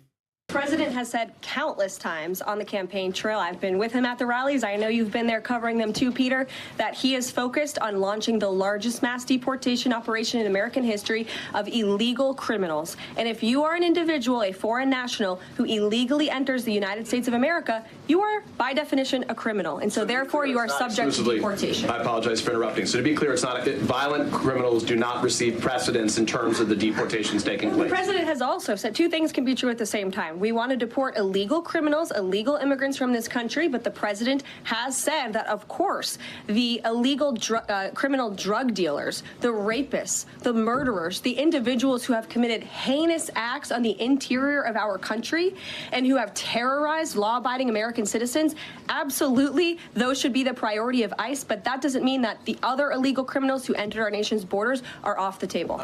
Thanks for watching. Stay updated about breaking news and top stories. Just today, ICE says it has made 1,179 arrests. How many of those people have been convicted of crimes in the U.S.? Look, I don't know exact numbers with me, but I'll give you an example. I was in Chicago yesterday for that operation, and everybody but I think four were collateral arrests. Everybody else was a criminal. And when I walked out at the end of my shift, we already had, I think, 9 tren de agua. 2 of them actually being charged with crimes because there was... Here's an illegal alien gang member in the United States selling illegal guns in the neighborhood, and they even sold the switches, which turned the gun into fully automatic machine guns. We arrested, I think we had a total of 7 sexual predators, sexual crimes against children.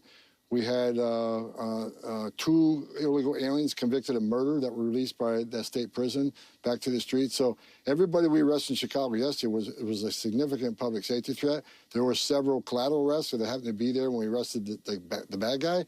So this operation right now is concentrated on public safety threats and national security threats throughout the country.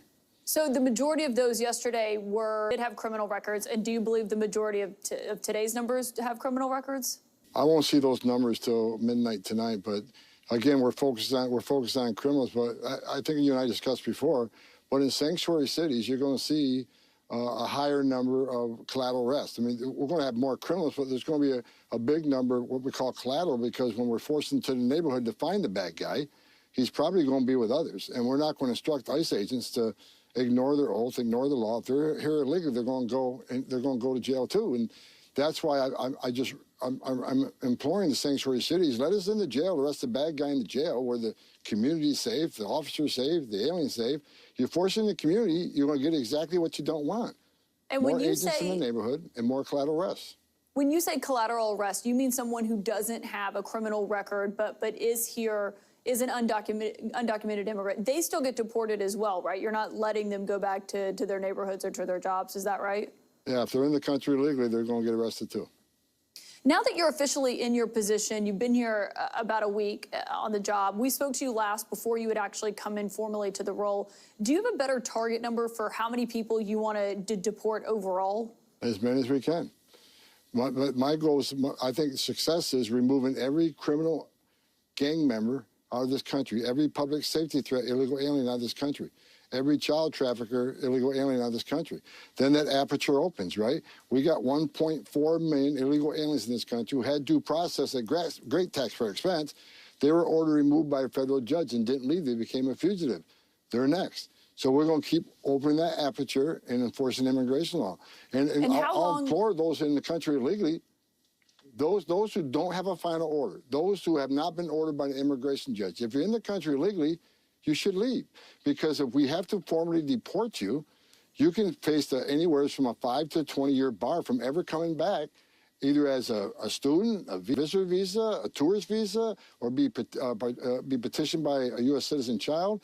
If you're in the country illegally, you haven't been ordered deported, leave and come back the right way, because there'll be other opportunities. You're talking about going after public safety threats, national security threats first, but you just said the aperture is going to widen, meaning the scope of the people you're going to go after. How long do you anticipate before you're in that next phase where the aperture has gotten wider? People like him are an insult of humanity. I mean, people like him are not human. Like, look at him, dude. He quite literally is barely... He's not even doing a good enough job presenting himself as a human being, to be honest. Someone's an actual orc, exactly. Very soon. I mean, sanctuary cities are making it very difficult to arrest the criminals. For instance, Chicago, very well educated. They've been educated how to defy ICE, how to hide from ICE. He's mad that they can't cheat in their Gestapo operations. That there's still like some semblance of rules and restrictions that they must abide by in their dragnet operations, and that's very frustrating for him. Like, oh, they're very well educated. They know the rules that I can't violate the Fourth Amendment. I don't like that. What? I don't know what this is. It sounds like an insane thing.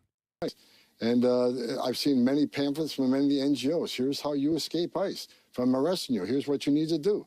They call it Know Your Rights. I call it How to Escape Arrest. There's a warrant for your arrest, and they tell you how to hide from ICE. No, don't open your door. Don't answer questions. Okay, you can call it Know Your Rights all you want, but there's an order for their removal. They've been ordered removed by a federal judge after due process at great taxpayer expense. They need to go. But if we got to play that cat and mouse game, that's what we're going to do till every one of them gone. In terms of how you're messaging this, obviously you've been speaking publicly. We know that officials were told to be ready to be in front of the cameras. Agents were, that they could be around when these arrests were happening. We saw Dr. Phil was along and embedded with one of your teams. How much thought are you putting into making this kind of a made-for-TV moment in order to publicly message or whatever your strategic goal is here?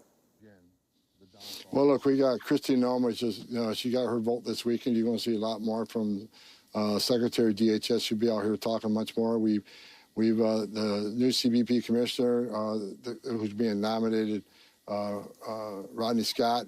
He will empower the chief patrol agents to talk. So we want all the frontline managers to talk throughout the country. But the message I'm sending is that good guy behavior, real good guy behavior, when a law enforcement member of the federal law enforcement agency is upset that people know their rights. You know, that's when you know someone is definitely a good guy. Okay. When they're like, I hate that these people have a decent understanding of the rules and the law, and therefore it makes it much harder for us to do these mass apprehensions. And I hate it. I don't like it one bit. We need to stop educating these migrants so they can be just as stupid as I am. Tom Homan, right? We're going to force immigration laws in this country. If people don't like, get over it, libs. This is illegal is illegal. This is the right thing to do. Deport them all. This is coming from a Cuban that his family came over the right way and took advantage of the American dream. If you don't like it, you can easily leave. This stream is trash, by the way. Came over the right way? You mean got blanket amnesty due to political reasons? Wow, man. That's so funny. Okay. Yeah. Why don't we make these guys also come over the right way? As in offer them blanket amnesty? Dude, oh God, of course you're Cuban American. Oh, that's amazing. Yeah, my family came over the right way, sir. And I definitely don't want that to happen to anybody else, okay? like it, then they need to change the law because, ICE isn't making this up. We're enforcing laws enacted by Congress and signed by a president, but we're doing it in a smart way. The Trump administration in the beginning says we're going to concentrate on public safety threats and national security threats are out of the gate. The worst first, and that's what we're doing. But like I say, as we go on, we're not going to say it's okay for 1.4 million illegal aliens to ignore a judge's order to deport. So they're going to be next. And we're going to keep opening that aperture up. So we're sending a message. It's not okay to be in this country illegally. It's not okay to enter this country illegally. It's a crime, and there's going to be consequences. Do you have a number of how many people you'd like to have deported by this time next year? I don't have a number. As many as we can arrest and deport. Okay, but no firm number. We're going to enforce the law. If they're here in the country illegally, they got a problem, and they're not off the table. Yeah, but on numbers, you have been clear that your success here in this effort will depend on how much money you can get from Congress. Now that you're in this role, do you know how much money, what kind of budget you would need to deport the people that you say are public safety threats, national security threats, and also the 1.2 million that you just referenced there who've gotten orders from a judge? 1.4 million. And yes, look, we need more than 100,000 beds. Right now, we got about 34,000 beds. We'll fill them up in a week. So we need at least 100,000 beds. We need more international air flights. We need more ground transportation. We need more money to hire more officers and Border Patrol agents. And that's why we're bringing right now, the whole of government is coming in, right? In the Chicago operation and every operation throughout the country now. We got FBI, we got U.S. Marshals, we got ATF, we got HSI, we got ERO. So right now we're bringing the whole of government into this so we can create more teams and arrest more people. So this dynamic is constantly changing. And depending on the city, is it a sanctuary city or not a sanctuary city? Yeah, you're using them as like a force multiplier, but when it goes to the real money that you'll need from Congress to get more beds and to hire more agents, Congress is not reliable, as I'm sure you are well aware in terms of what they can get passed. I know they believe this is a big part of Trump's agenda, but if you don't get what you need from Congress, can you achieve what you're trying to achieve here? We're going to do everything we can with what we have, and we're going to arrest as many as we can. However, you're right. We can be more successful if we have more money, if we can buy more beds. Because every time we arrest an illegal alien, we just don't deport them that day. We have to detain them for a few days or a few weeks to get travel documents, get landing rights in their home country. So the more money we have, the more we can do. Mr. Homan, I've got a few more questions for you. If you'll stick around for a few minutes with us, we're going to take a quick break, and then we'll be back with Mr. Tom Homan, Trump's border czar, after a short commercial break. And we're back with President Trump's border czar, Tom Homan, whose name came up at the confirmation hearing for the newly confirmed Secretary of Homeland Security, Kristi Noem. I guess I'm uncertain about roles and responsibilities regarding your position and Tom Homan's. How are you going to work with Mr. Homan? What is the division there? I'm trying to get a better sense of who's in charge. Yeah, Tom Homan is an incredible human being who has over 30 years of experience. Incredible experience. Yeah, I get at that. The border, I'm just trying to think through the insight and wisdom. Decision-making process when it comes to your work. For instance, will he be giving orders directly to CBP, ICE, USCIS? Tom Homan has a direct line to the president. He is an advisor to the president, the border czar. I obviously will be, if nominated and confirmed, and put into the position of being the Department of Homeland Security Secretary and responsible for the authorities that we have and the actions that we take. Mr. Homan is back with me. And who is the person who will be issuing those orders, to the senator's question there, to ICE agents, to Border Patrol? Is that your purview here, or is that Secretary Noem's purview? Secretary Noem has the authority over Border Patrol and ICE. That's in statute. But as the senior advisor to the president, I'm writing strategic vision, operational plans, and coming up with a strategy to secure the border and to run this deportation operation to find over 300,000 missing children. And me and Secretary Noem will work very close on those plans and to implement them and do what the president wants us to do. So me and Kristi Noem will be shoulder to shoulder every day. We talk every day, so we're working together to achieve the president's goals. How often are you talking to the president himself about this? Several times a week. And on one of the things that we've been seeing is you're publicly talking about this first week. You know, I saw the numbers that ICE put out tonight that we started asking you about. We also saw this video last week of something you told me was going to happen using military flights. This is a C-17. It's flying about 80 people back to Guatemala. The flight cost from El Paso for that is about 252,000 numbers based on an estimate we got from the government today. Do you think that's a better use of taxpayer money than a chartered flight, which would cost closer to, I believe, $9,000? Well, it's a force multiplier. We got a lot of planes flying every day across, mostly to Central America and South America. So they're adding a resource to us. So again, the cost of this operation is expensive. It's expensive to enforce the laws and protect our national security, but I don't put a price tag on securing that border. Once we secure the border, we show consequences. The number's already down. So they're literally doing the more expensive thing specifically as a show of force. Got it. Also, I will say I'm not particularly excited at how little we're talking about, like, whether or not these people are actually criminals or what their circumstances were, and basically moving on to the next point of contention fairly quickly, which is like the logistical issues. Like, I think that you probably should spend a little bit more time addressing the truth of these claims, and also whether or not we should be doing these mass deportations in general. Like, I feel like that is, at least from where I'm standing, like, when these guys just go, nah, they're just criminals. Oh, they're criminals, FS, for sure. See, that's what I mean. It's like, I don't get it. I don't understand. Maybe I'm wrong, okay? But that just kind of doesn't make sense, that we're just automatically running with the assumption that these are like some of the most dangerous, violent criminals of all time, but then also not recognizing that if that is the case, then there are far larger, more consequential problems that immediately must be addressed in terms of how the local court structure works, like how lower courts work, because that would imply that the lower courts are just straight up letting people go. Excuse yesterday just said all of them are criminals to 30,000 people. Yeah, and speaking of which, Asmongold is now officially the largest political content creator on the platform.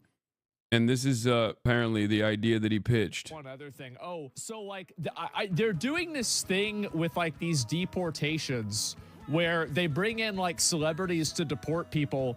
And it made me wonder, what is the probability that Tom Homan would let me go with him dressed up as Ash Ketchum with watching them do deportations? Like, I feel like it's probably at least 5% chance, right?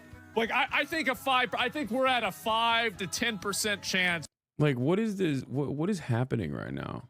Have we just lost the plot in its entirety? Like, what's going on?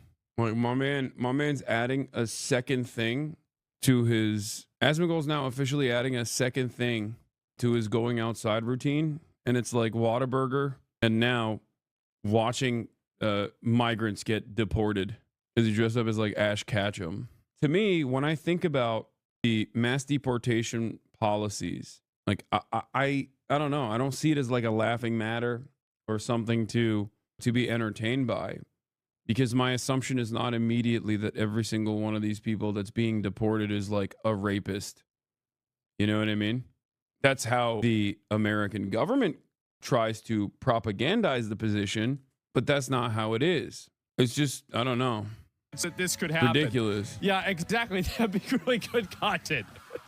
It would be. And yeah, probably not going to happen though, but it would be fucking funny. For the love of God, you must try. Yeah, it'd be fucking hilarious. Dude, I saw something that was I saw a TikTok that I want to show you guys about where Joe Rogan was, okay? I need you to see this. Wait, where did it go? Did I not like it? I thought I did. Hold on. Wait, what? Did I not like it? God damn it. Wait, hold on. Phineas reposted it, so maybe I can find it through there. Friend of the show, Phineas, reposted it. This is back when I was a Joe Rogan head as well. Wanted to build a wall, but I didn't know that he said that he wanted to get rid of Here's Joe Rogan and Sam Harris, two people who I disagree with vehemently now, talking about Donald Trump. the illegal aliens. Round that are them here. up. Gonna round them up. And do what with them? Send them back to their country. Oh, that is so crazy. That's such a crazy idea, and it's so brutal. The idea that, I mean, it's a subhuman thing. The only reason why people would come to America is because they felt like it would make their life better. So people take a big risk. There's not an easy way to do it if you're poor, and you don't have any qualifications for any unusual job. I mean, and you're trying to get across to Mexico. But everybody who does it because they want to improve their life. You know, and the idea that one group of people shouldn't be able to do it and one group should, just because they were born on the right side of some strange line that is only a couple hundred years old. But the climate change thing is also insane and dangerous. Well, he was a birther. Right, yeah, right. He was one of the original birthers. He was saying that Obama's birth certificate was bullshit. He was born in Kenya, right? Wasn't he one of those guys? Oh, yeah, he was I would love self-funding that for a while, yeah. I would love it if he got into office and just said, listen, folks, I am not. Like, the rest of it is just like him being silly, but like this is Joe Rogan in 2016, and his approach to immigration right here, like specifically talking about undocumented migrants right here, is my understanding of the reality. Okay? Because it is the reality. No one is coming into America with like impure intentions. Okay? Especially not 20 million people. The assumption that 20 million undocumented migrants, if there are 20 million of them on U.S. soil, operate with a hive mind, right? Operate with a hive mind to begin with is insane. Like dudes from Honduras, Guatemala, Cuba, Venezuela, the Congo, China, all around the world, right? People come into the United States of America from all around the world. The notion that like an evil act of a singular undocumented migrant is actually reflective of the 20 million population is psychotic, especially when they are from virtually every different demographic, ethnicity, creed, background, race, educational attainment. Like they are not, this is not one blob, right? That's number one. Number two, the notion that they come here specifically to do crimes or to ruin American society is also ridiculous. Like, these are just normal people, man. They're normal people just like you and me, right? And they want the same exact things. They want a roof over their heads. They want a better future for themselves and their kids.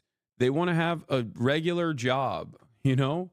So the idea that they're coming here to do crimes and like undermine American culture is completely ridiculous.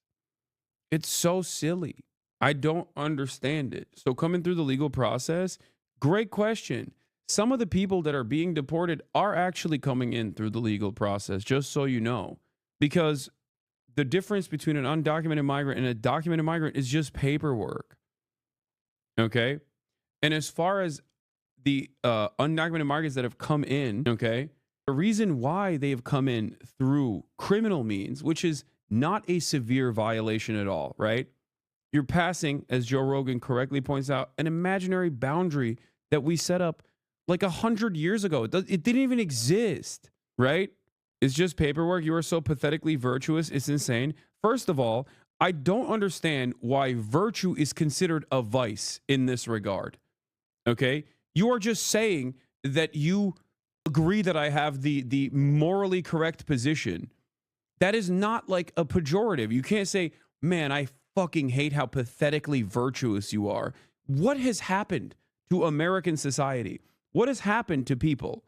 What do you mean pathetically virtuous? It's like that tweet, never commit the sin of empathy. Like, what is happening? What do you mean the sin of empathy? National security doesn't matter?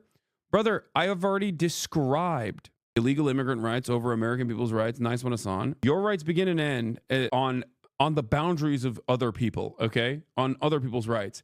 There's no such thing as like illegal immigrants getting more rights than Americans. Like, that's ridiculous. That's not a real thing. And also, that should not be a real thing, okay? And in terms of just paperwork, it is the truth.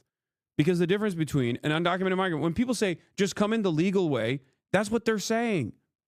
File the paperwork. And I'm telling people that they do file the paperwork and they are still considered undocumented migrants because it's just about paperwork. That's the reason why J.D. Vance can go on the national stage and say Haitians with temporary protected status, proper paperwork, are undocumented migrants that are going to be deported from this country.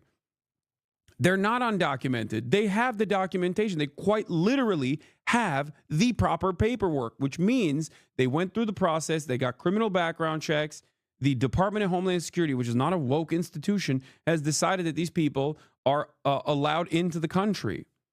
Okay? That's number one. Number two, in terms of like national security conversations, national security fears in general, okay? This, again, goes back to a falsehood that I was addressing in the beginning. These people are not coming in here to do crimes. And as a matter of fact, the data also reflects that reality, right?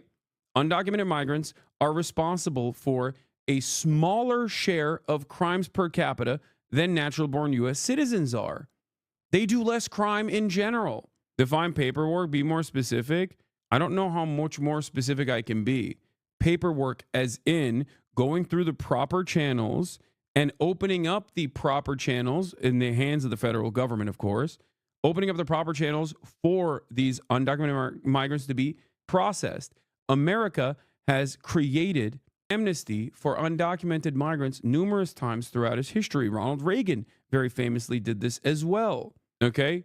Defined paperwork in this situation would be whichever the proper paperwork is for processing undocumented migrants and making them documented migrants. For the record, a big part of the reason why there are undocumented migrants to begin with, like the people that just come in, right, without the proper paperwork, is because the government doesn't want there to be enough paperwork readily available, enough processing readily available. They just don't let in that many people in general. It is a very long and arduous process. Okay? That's it. That's the real reason. As someone in the chat pointed this out as well, as my God King Gaben has said, piracy is a service problem, right? And he's correct. Piracy is a service problem. The American government and its immigration processes are no different. Undocumented migration is directly born out of the fact that the federal government makes it like a 10-year to 15-year process for you to get properly cleared to get into the country. Okay?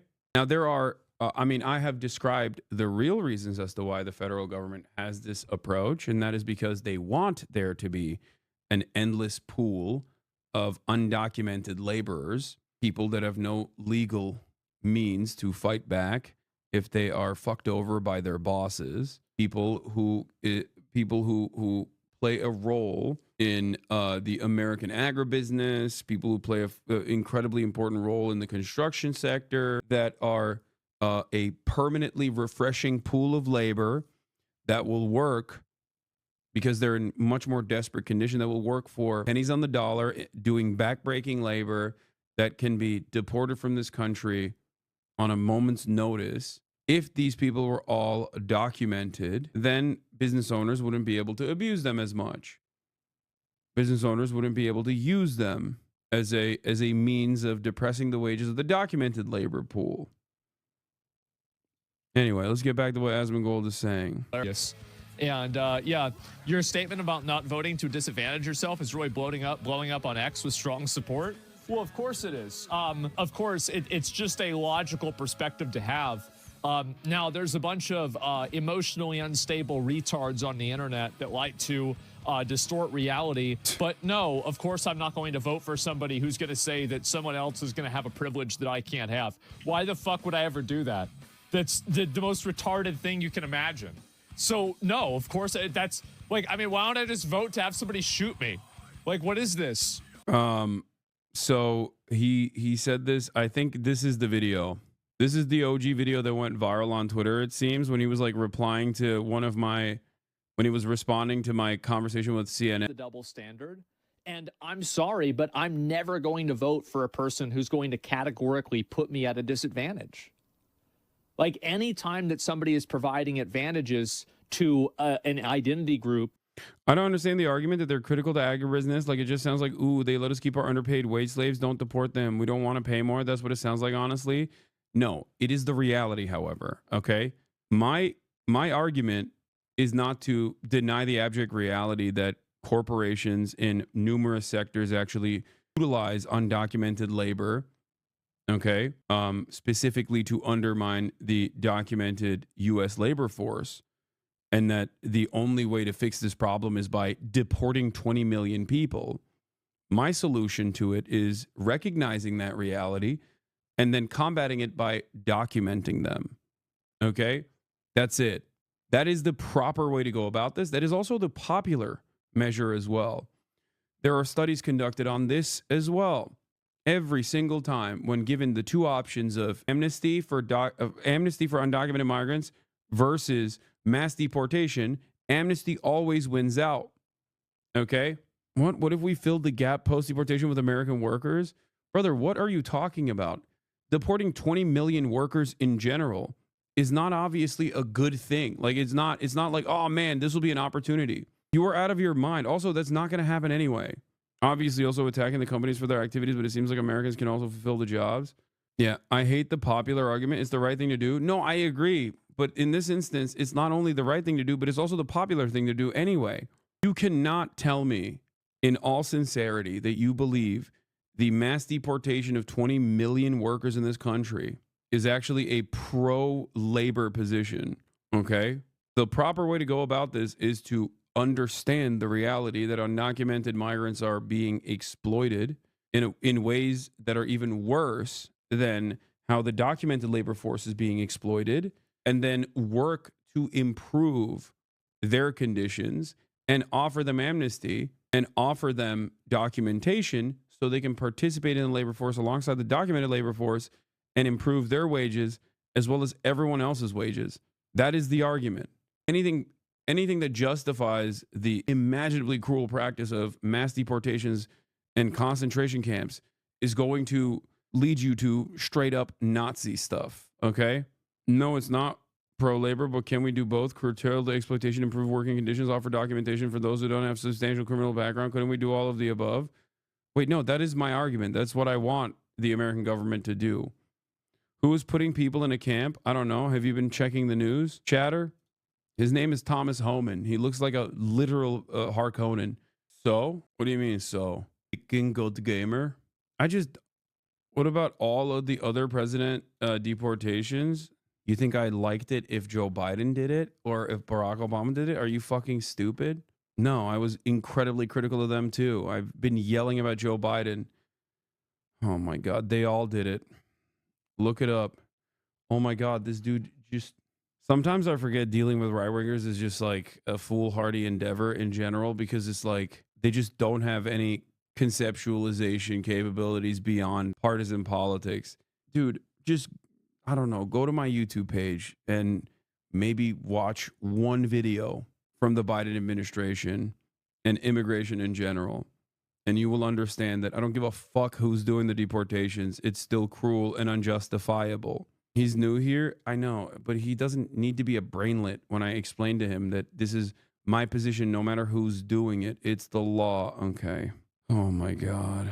You know what else was a law? Slavery, dog. What the fuck are you talking about? It was illegal to free slaves, dumbass. Oh, it's the law. Sorry. You just have to keep doing slavery, please. Yup, and the majority got rid of it. Wait, what? Viking God Gamer. I just know this guy looks like Tim the Tatman, and his kid is under the sink drinking chemicals while he's doing this. That is if he has a kid. I like that he was like, who's putting people in camps? And then I explained it to him, and he's like, well, I like that actually now. Okay, so why did you ask that question? So you could defend it? Like, I don't understand. You're too stupid to know that Tom Homan initially also worked under the Obama administration as well. Like, what are you talking about? You think I was down with Tom Homan when he was working with Obama? No. There you go, dumbass conservative. Now you can own a liberal, I guess, who is unconditionally defending the Democratic Party a little bit better. I gave you a talking point that you can use and be like, excuse me, you know who else worked with Tom Homan? Barack Obama. That's your favorite guy. Okay, there you go. This is why I say I could be so much better. I could be so much better as a fucking conservative commentator. Jesus Christ. They're so stupid. They're just so pathetically fucking stupid. No interest whatsoever in like crafting a decent narrative. Holy shit. Oh, I guess you loved it when your favorite Muslim was doing it. You know? It's double standard. And I'm sorry, but I'm never going to vote for a person who's going to categorically put me at a disadvantage. Like any time that somebody is providing advantages to an identity group that I don't belong to, I will never support that. Wait, what? You can say that about every... So what, like veterans? Children with leukemia. Excuse me. What is this? What is this cancer research funding that you speak of? I don't have cancer. So I don't give a shit. What the fuck? Never. Why would I actively support somebody who's trying to disenfranchise me and hurt me? It's insane.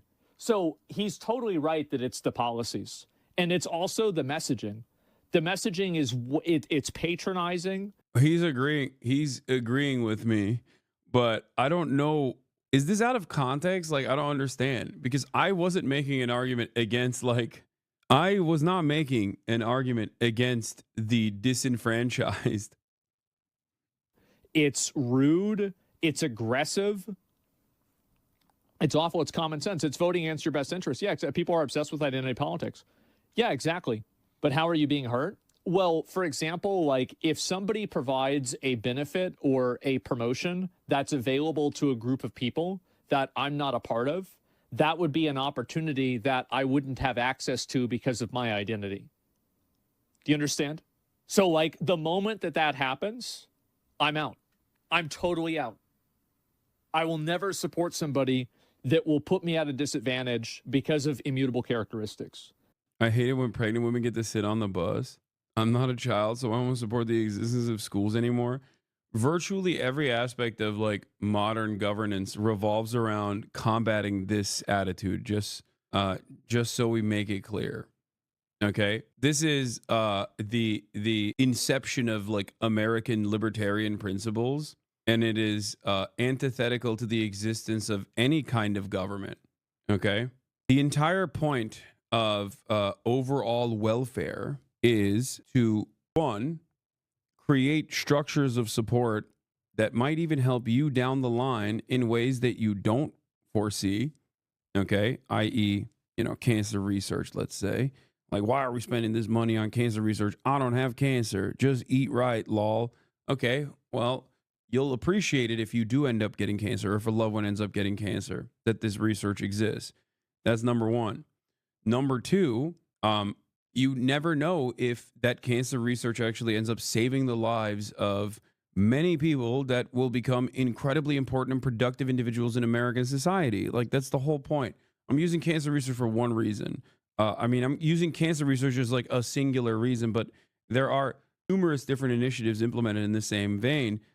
Okay. Even affirmative action in general. Any kind of initiative that would help improve the material conditions of, I don't know, the black population of the United States of America that have been relegated to historically underserved neighborhoods is overall to the benefit of everyone in the United States of America. Even if you can't see it through purely empathetic terms, even if you can't see it through the lens of empathy, right? I can still make a very self-interested argument towards this as well, which is that you never know where this uncaptured attention is, okay? This unlimited potential is, and it's the government's job, it's the responsibility of a normal government to make sure that they improve the underlying material conditions to a degree where, you know, you're helping improve the potential of so many people who never get that opportunity. Maybe you do not need that, but I think I should be treated fairly, the same as everybody else is. And if somebody says that I shouldn't be treated fairly and I should be put at a disadvantage, then I'm going to vote against them. And you can say that it's not fair or whatever. I won't vote against my own self-interest is perhaps the single most straightforward political perspective ever, this person says. It's ironic that people say this, but it's like at the heart of many people's voting decisions. I hear this a lot. Oh, I won't vote against my self-interest. And then people turn around and vote for the Republican Party regularly. If you are working class, okay, neither party really represents your interests. Fair.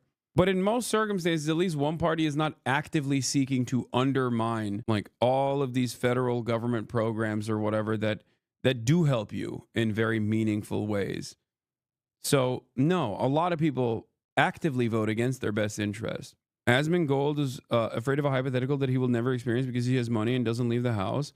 No, but this is simply a limit to his own imagination. Like this is a demonstration of the limits of your own imagination, okay?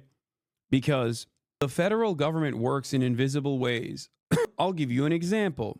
The FDA, right, or the USDA. These are institutions that the Republican Party seeks to undermine and deregulate. Why? Because corporations can't generate as high profits as they would like to when the pesky federal agencies tell them, you know, you have to make sure that your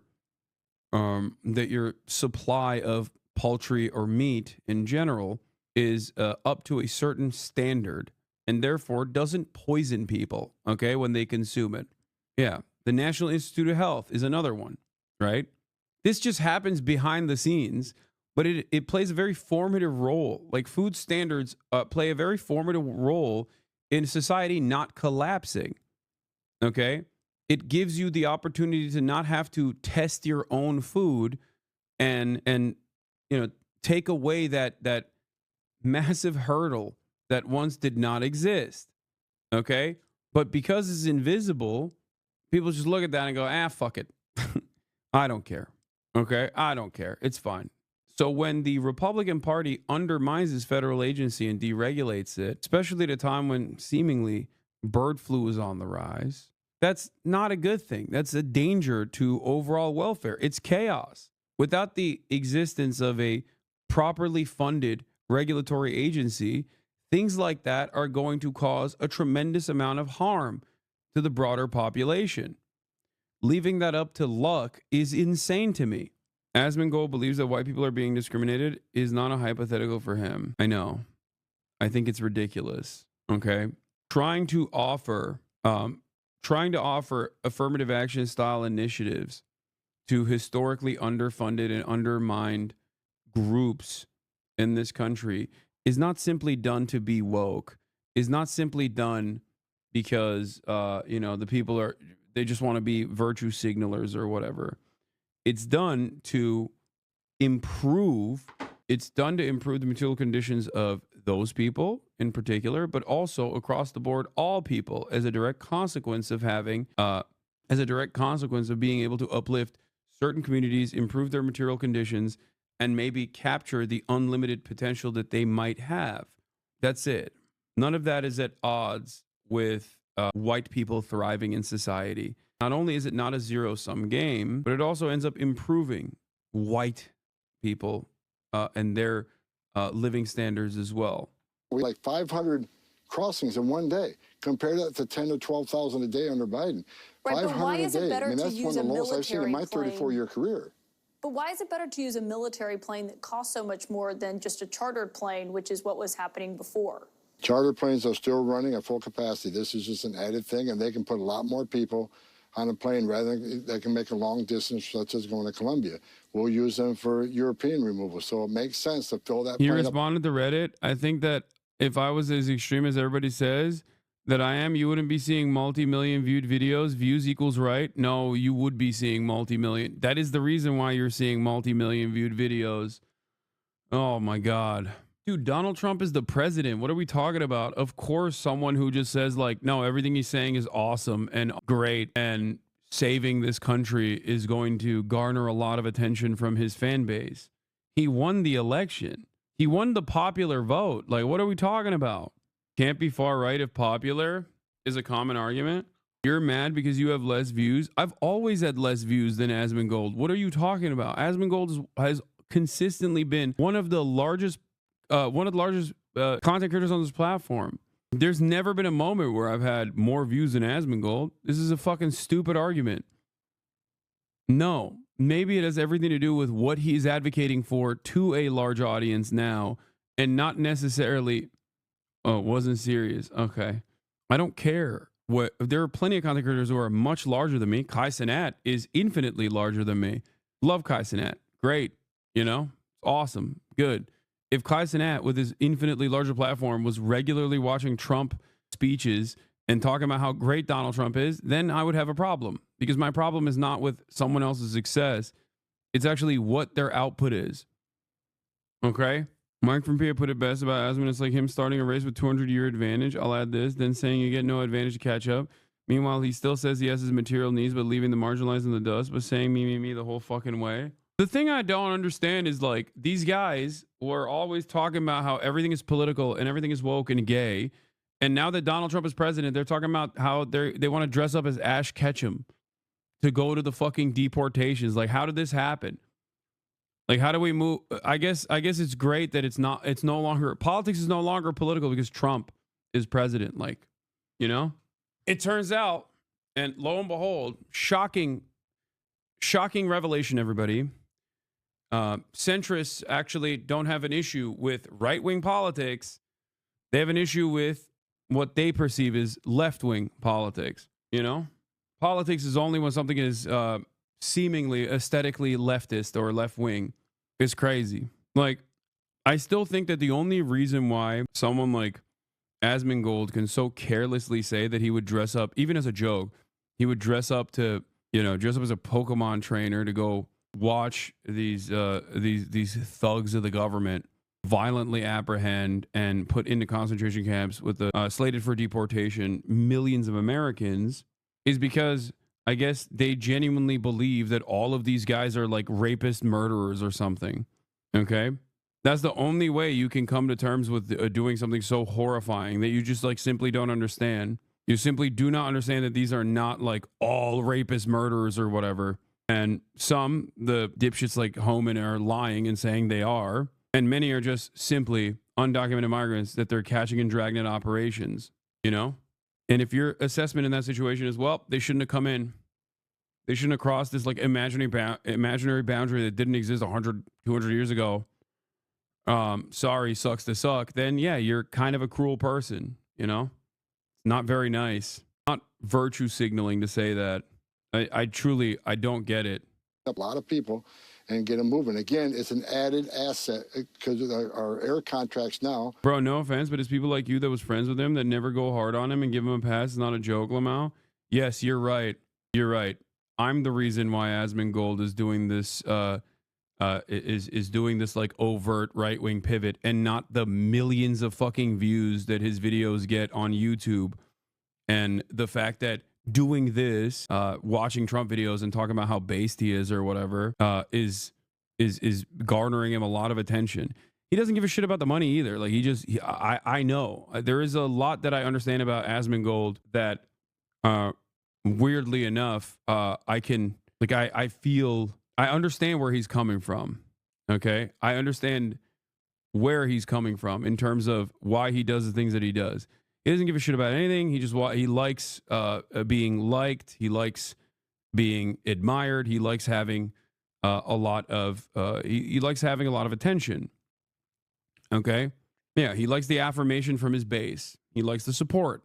That's it. He's not doing it for money. It's not like he's spending a tremendous amount of money. You're talking about a dude who had a busted Mustang that died on the side of a road eventually. Rarely leaves his house, streams all the time. These are values that I also personally understand. I'm a lot more clean cut than he is, and care more about like my own physical health, and definitely go out more. But I also understand that being a motivation. Now, for me, people approaching me with charitability and watching me serves, in my opinion, a higher purpose. And I don't mean like a godly purpose or whatever when I say that. I'm pretty open about it. Just like I'm very open about my biases, which open me up to attacks from many other people that don't agree with my worldview. I'm very open about my motivations as well. Okay? My motivations are very clear.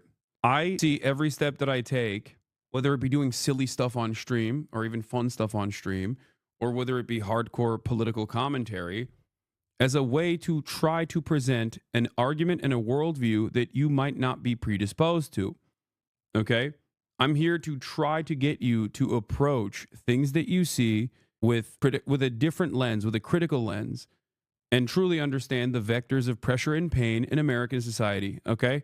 So the larger I grow, the larger this community grows, the way I see it, the larger this community grows, the more people are charitable towards me instead of immediately writing me off as like some awful person, right? Because of the millions and millions of viewed negative videos out there where people make a mountain out of a molehill over and over again because I bought a fucking house for myself and my family and it was too expensive for their tastes, or because I leased a Porsche, okay, or any number of different things that they freak out over, which are super stupid. And they would never even bat an eye if their favorite content creator did the same things. As a matter of fact, every single one of their content creators have done those things in general. But in their minds, it's like, well, he says he's a socialist, so he can't have these things, right?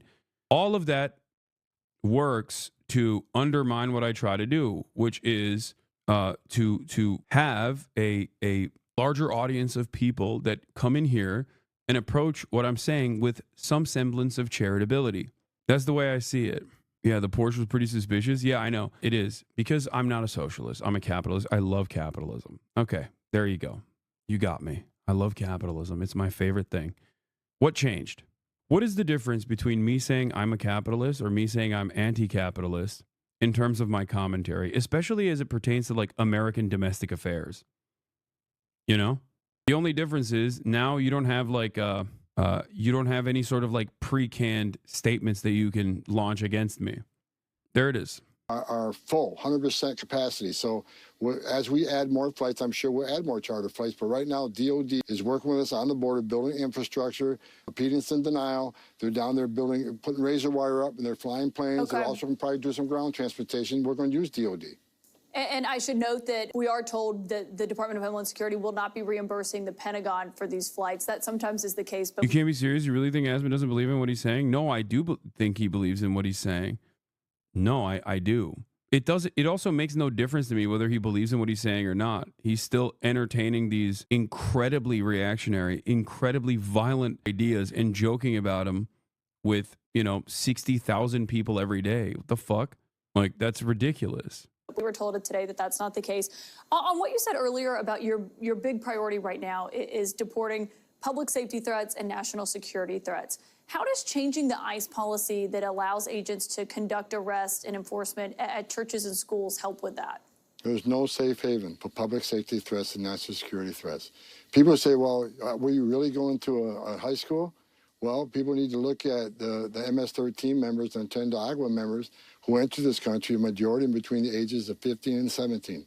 Many are attending our schools, and they're selling drugs in the schools, and they're doing strong arm robberies of other students. So we not go into schools or hospitals as a matter of practice, but if it's a significant public safety threat or a significant homeland security threat, there's no safe haven. We'll go where we need to go to take them off the street.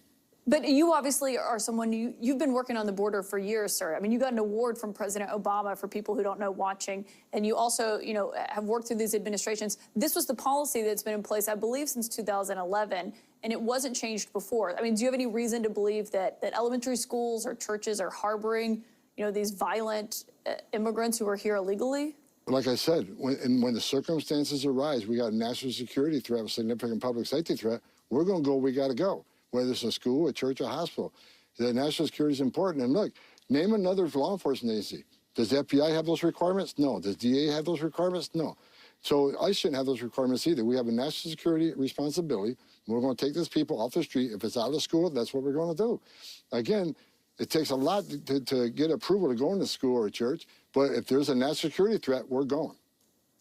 What does it take? What is the standard, I guess, to go into an elementary school? Because what we had heard from immigration advocates is that this is going to provide a chilling effect to parents in the school drop-off. I don't know what to say. Like, it's no longer hysterical to say that this is Nazi shit. You know what I mean? I mean, this is identical. Brother, you're talking about an elementary school, man. What are you talking about?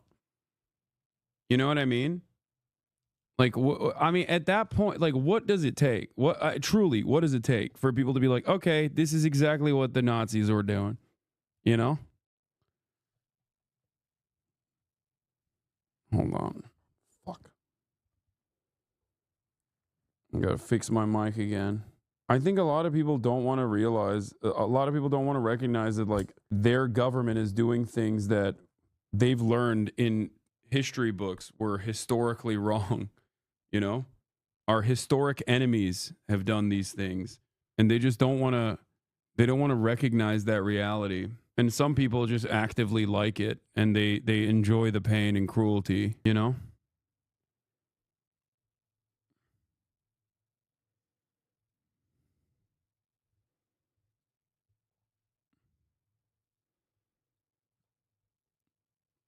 And they're like, oh no. And then for many, I think it's just like, well, they're not death camps.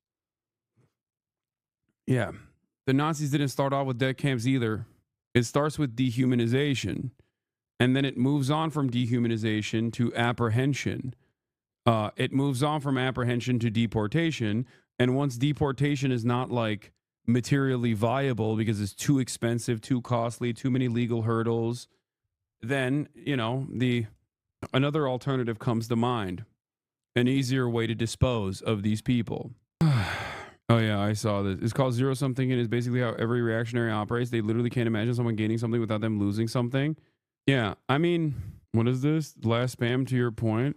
The South Bank of the Rubicon. The alt-right playbook by Innuendo Studios is probably one of the best. Like, all of the alt-right playbook videos are so incredible.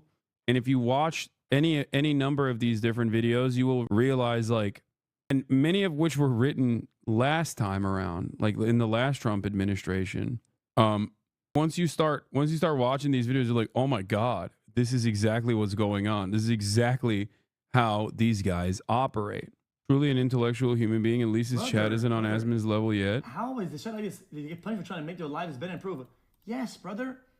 If some guy is broke as shit and then What is it? Okay, why do you deserve to be born in a country that has a high quality of life over somebody who else was born in a low quality of life and they got unlucky? It's not fair. I understand 100%. It is unfair. There's a lot of unfairness in the world that you probably have to deal with on a daily basis, and I get that. But the things that you do after you were dealt an unfair hand. Wait. No. If you recognize that it's unfair, then you're just advocating for fairness to continue. Here's the problem. Okay? Here's the issue. If these guys, like, I'll just put it clearly to you, okay? If everything that Republicans said about undocumented migrants were true, then I would of course be on board with physical apprehension of these people and with forcible detention of these people and possibly even deportation of these people, depending on what's going on, okay? Depending on the severity, but maybe not deportation, most likely criminal punishments, because I think deportation in that situation would be an easy way out, okay? Yes, these people, as in undocumented migrants, if everything that Republicans said about undocumented migrants was true, that virtually all undocumented migrants that are coming into U.S. soil, okay, 20 million of them are coming here as a hive-minded operation to go out and do murders on the streets, to do rapes all the fucking time, 20 million of them, right? We're doing that. Yeah, of course, that would be a fucking invasion. But that is not the reality, and that is what is frustrating about this conversation. Okay? Aside from the abject cruelty, the starting point of that cruelty, the justifications for that cruelty stem from complete made up nonsense. There is no empirical basis for this. There's no evidence for this whatsoever. It literally defies logical thinking. The notion that 20 million people coming from every different part of the planet to the United States of America can be blanketed under one hive mind is insane. Because at that point, you're not even saying like all Mexicans are this way. You're saying all undocumented migrants are this way, which is even more insane than saying all Mexicans are a certain way or all Venezuelans are a certain way. That in and of itself is already xenophobic and racist and bigoted to begin with. But it's additionally insane to claim that people coming from all different walks of life, different levels of educational attainment, from countries all around the globe, all operate with this anti-American hatred and also interest in all violence. Okay?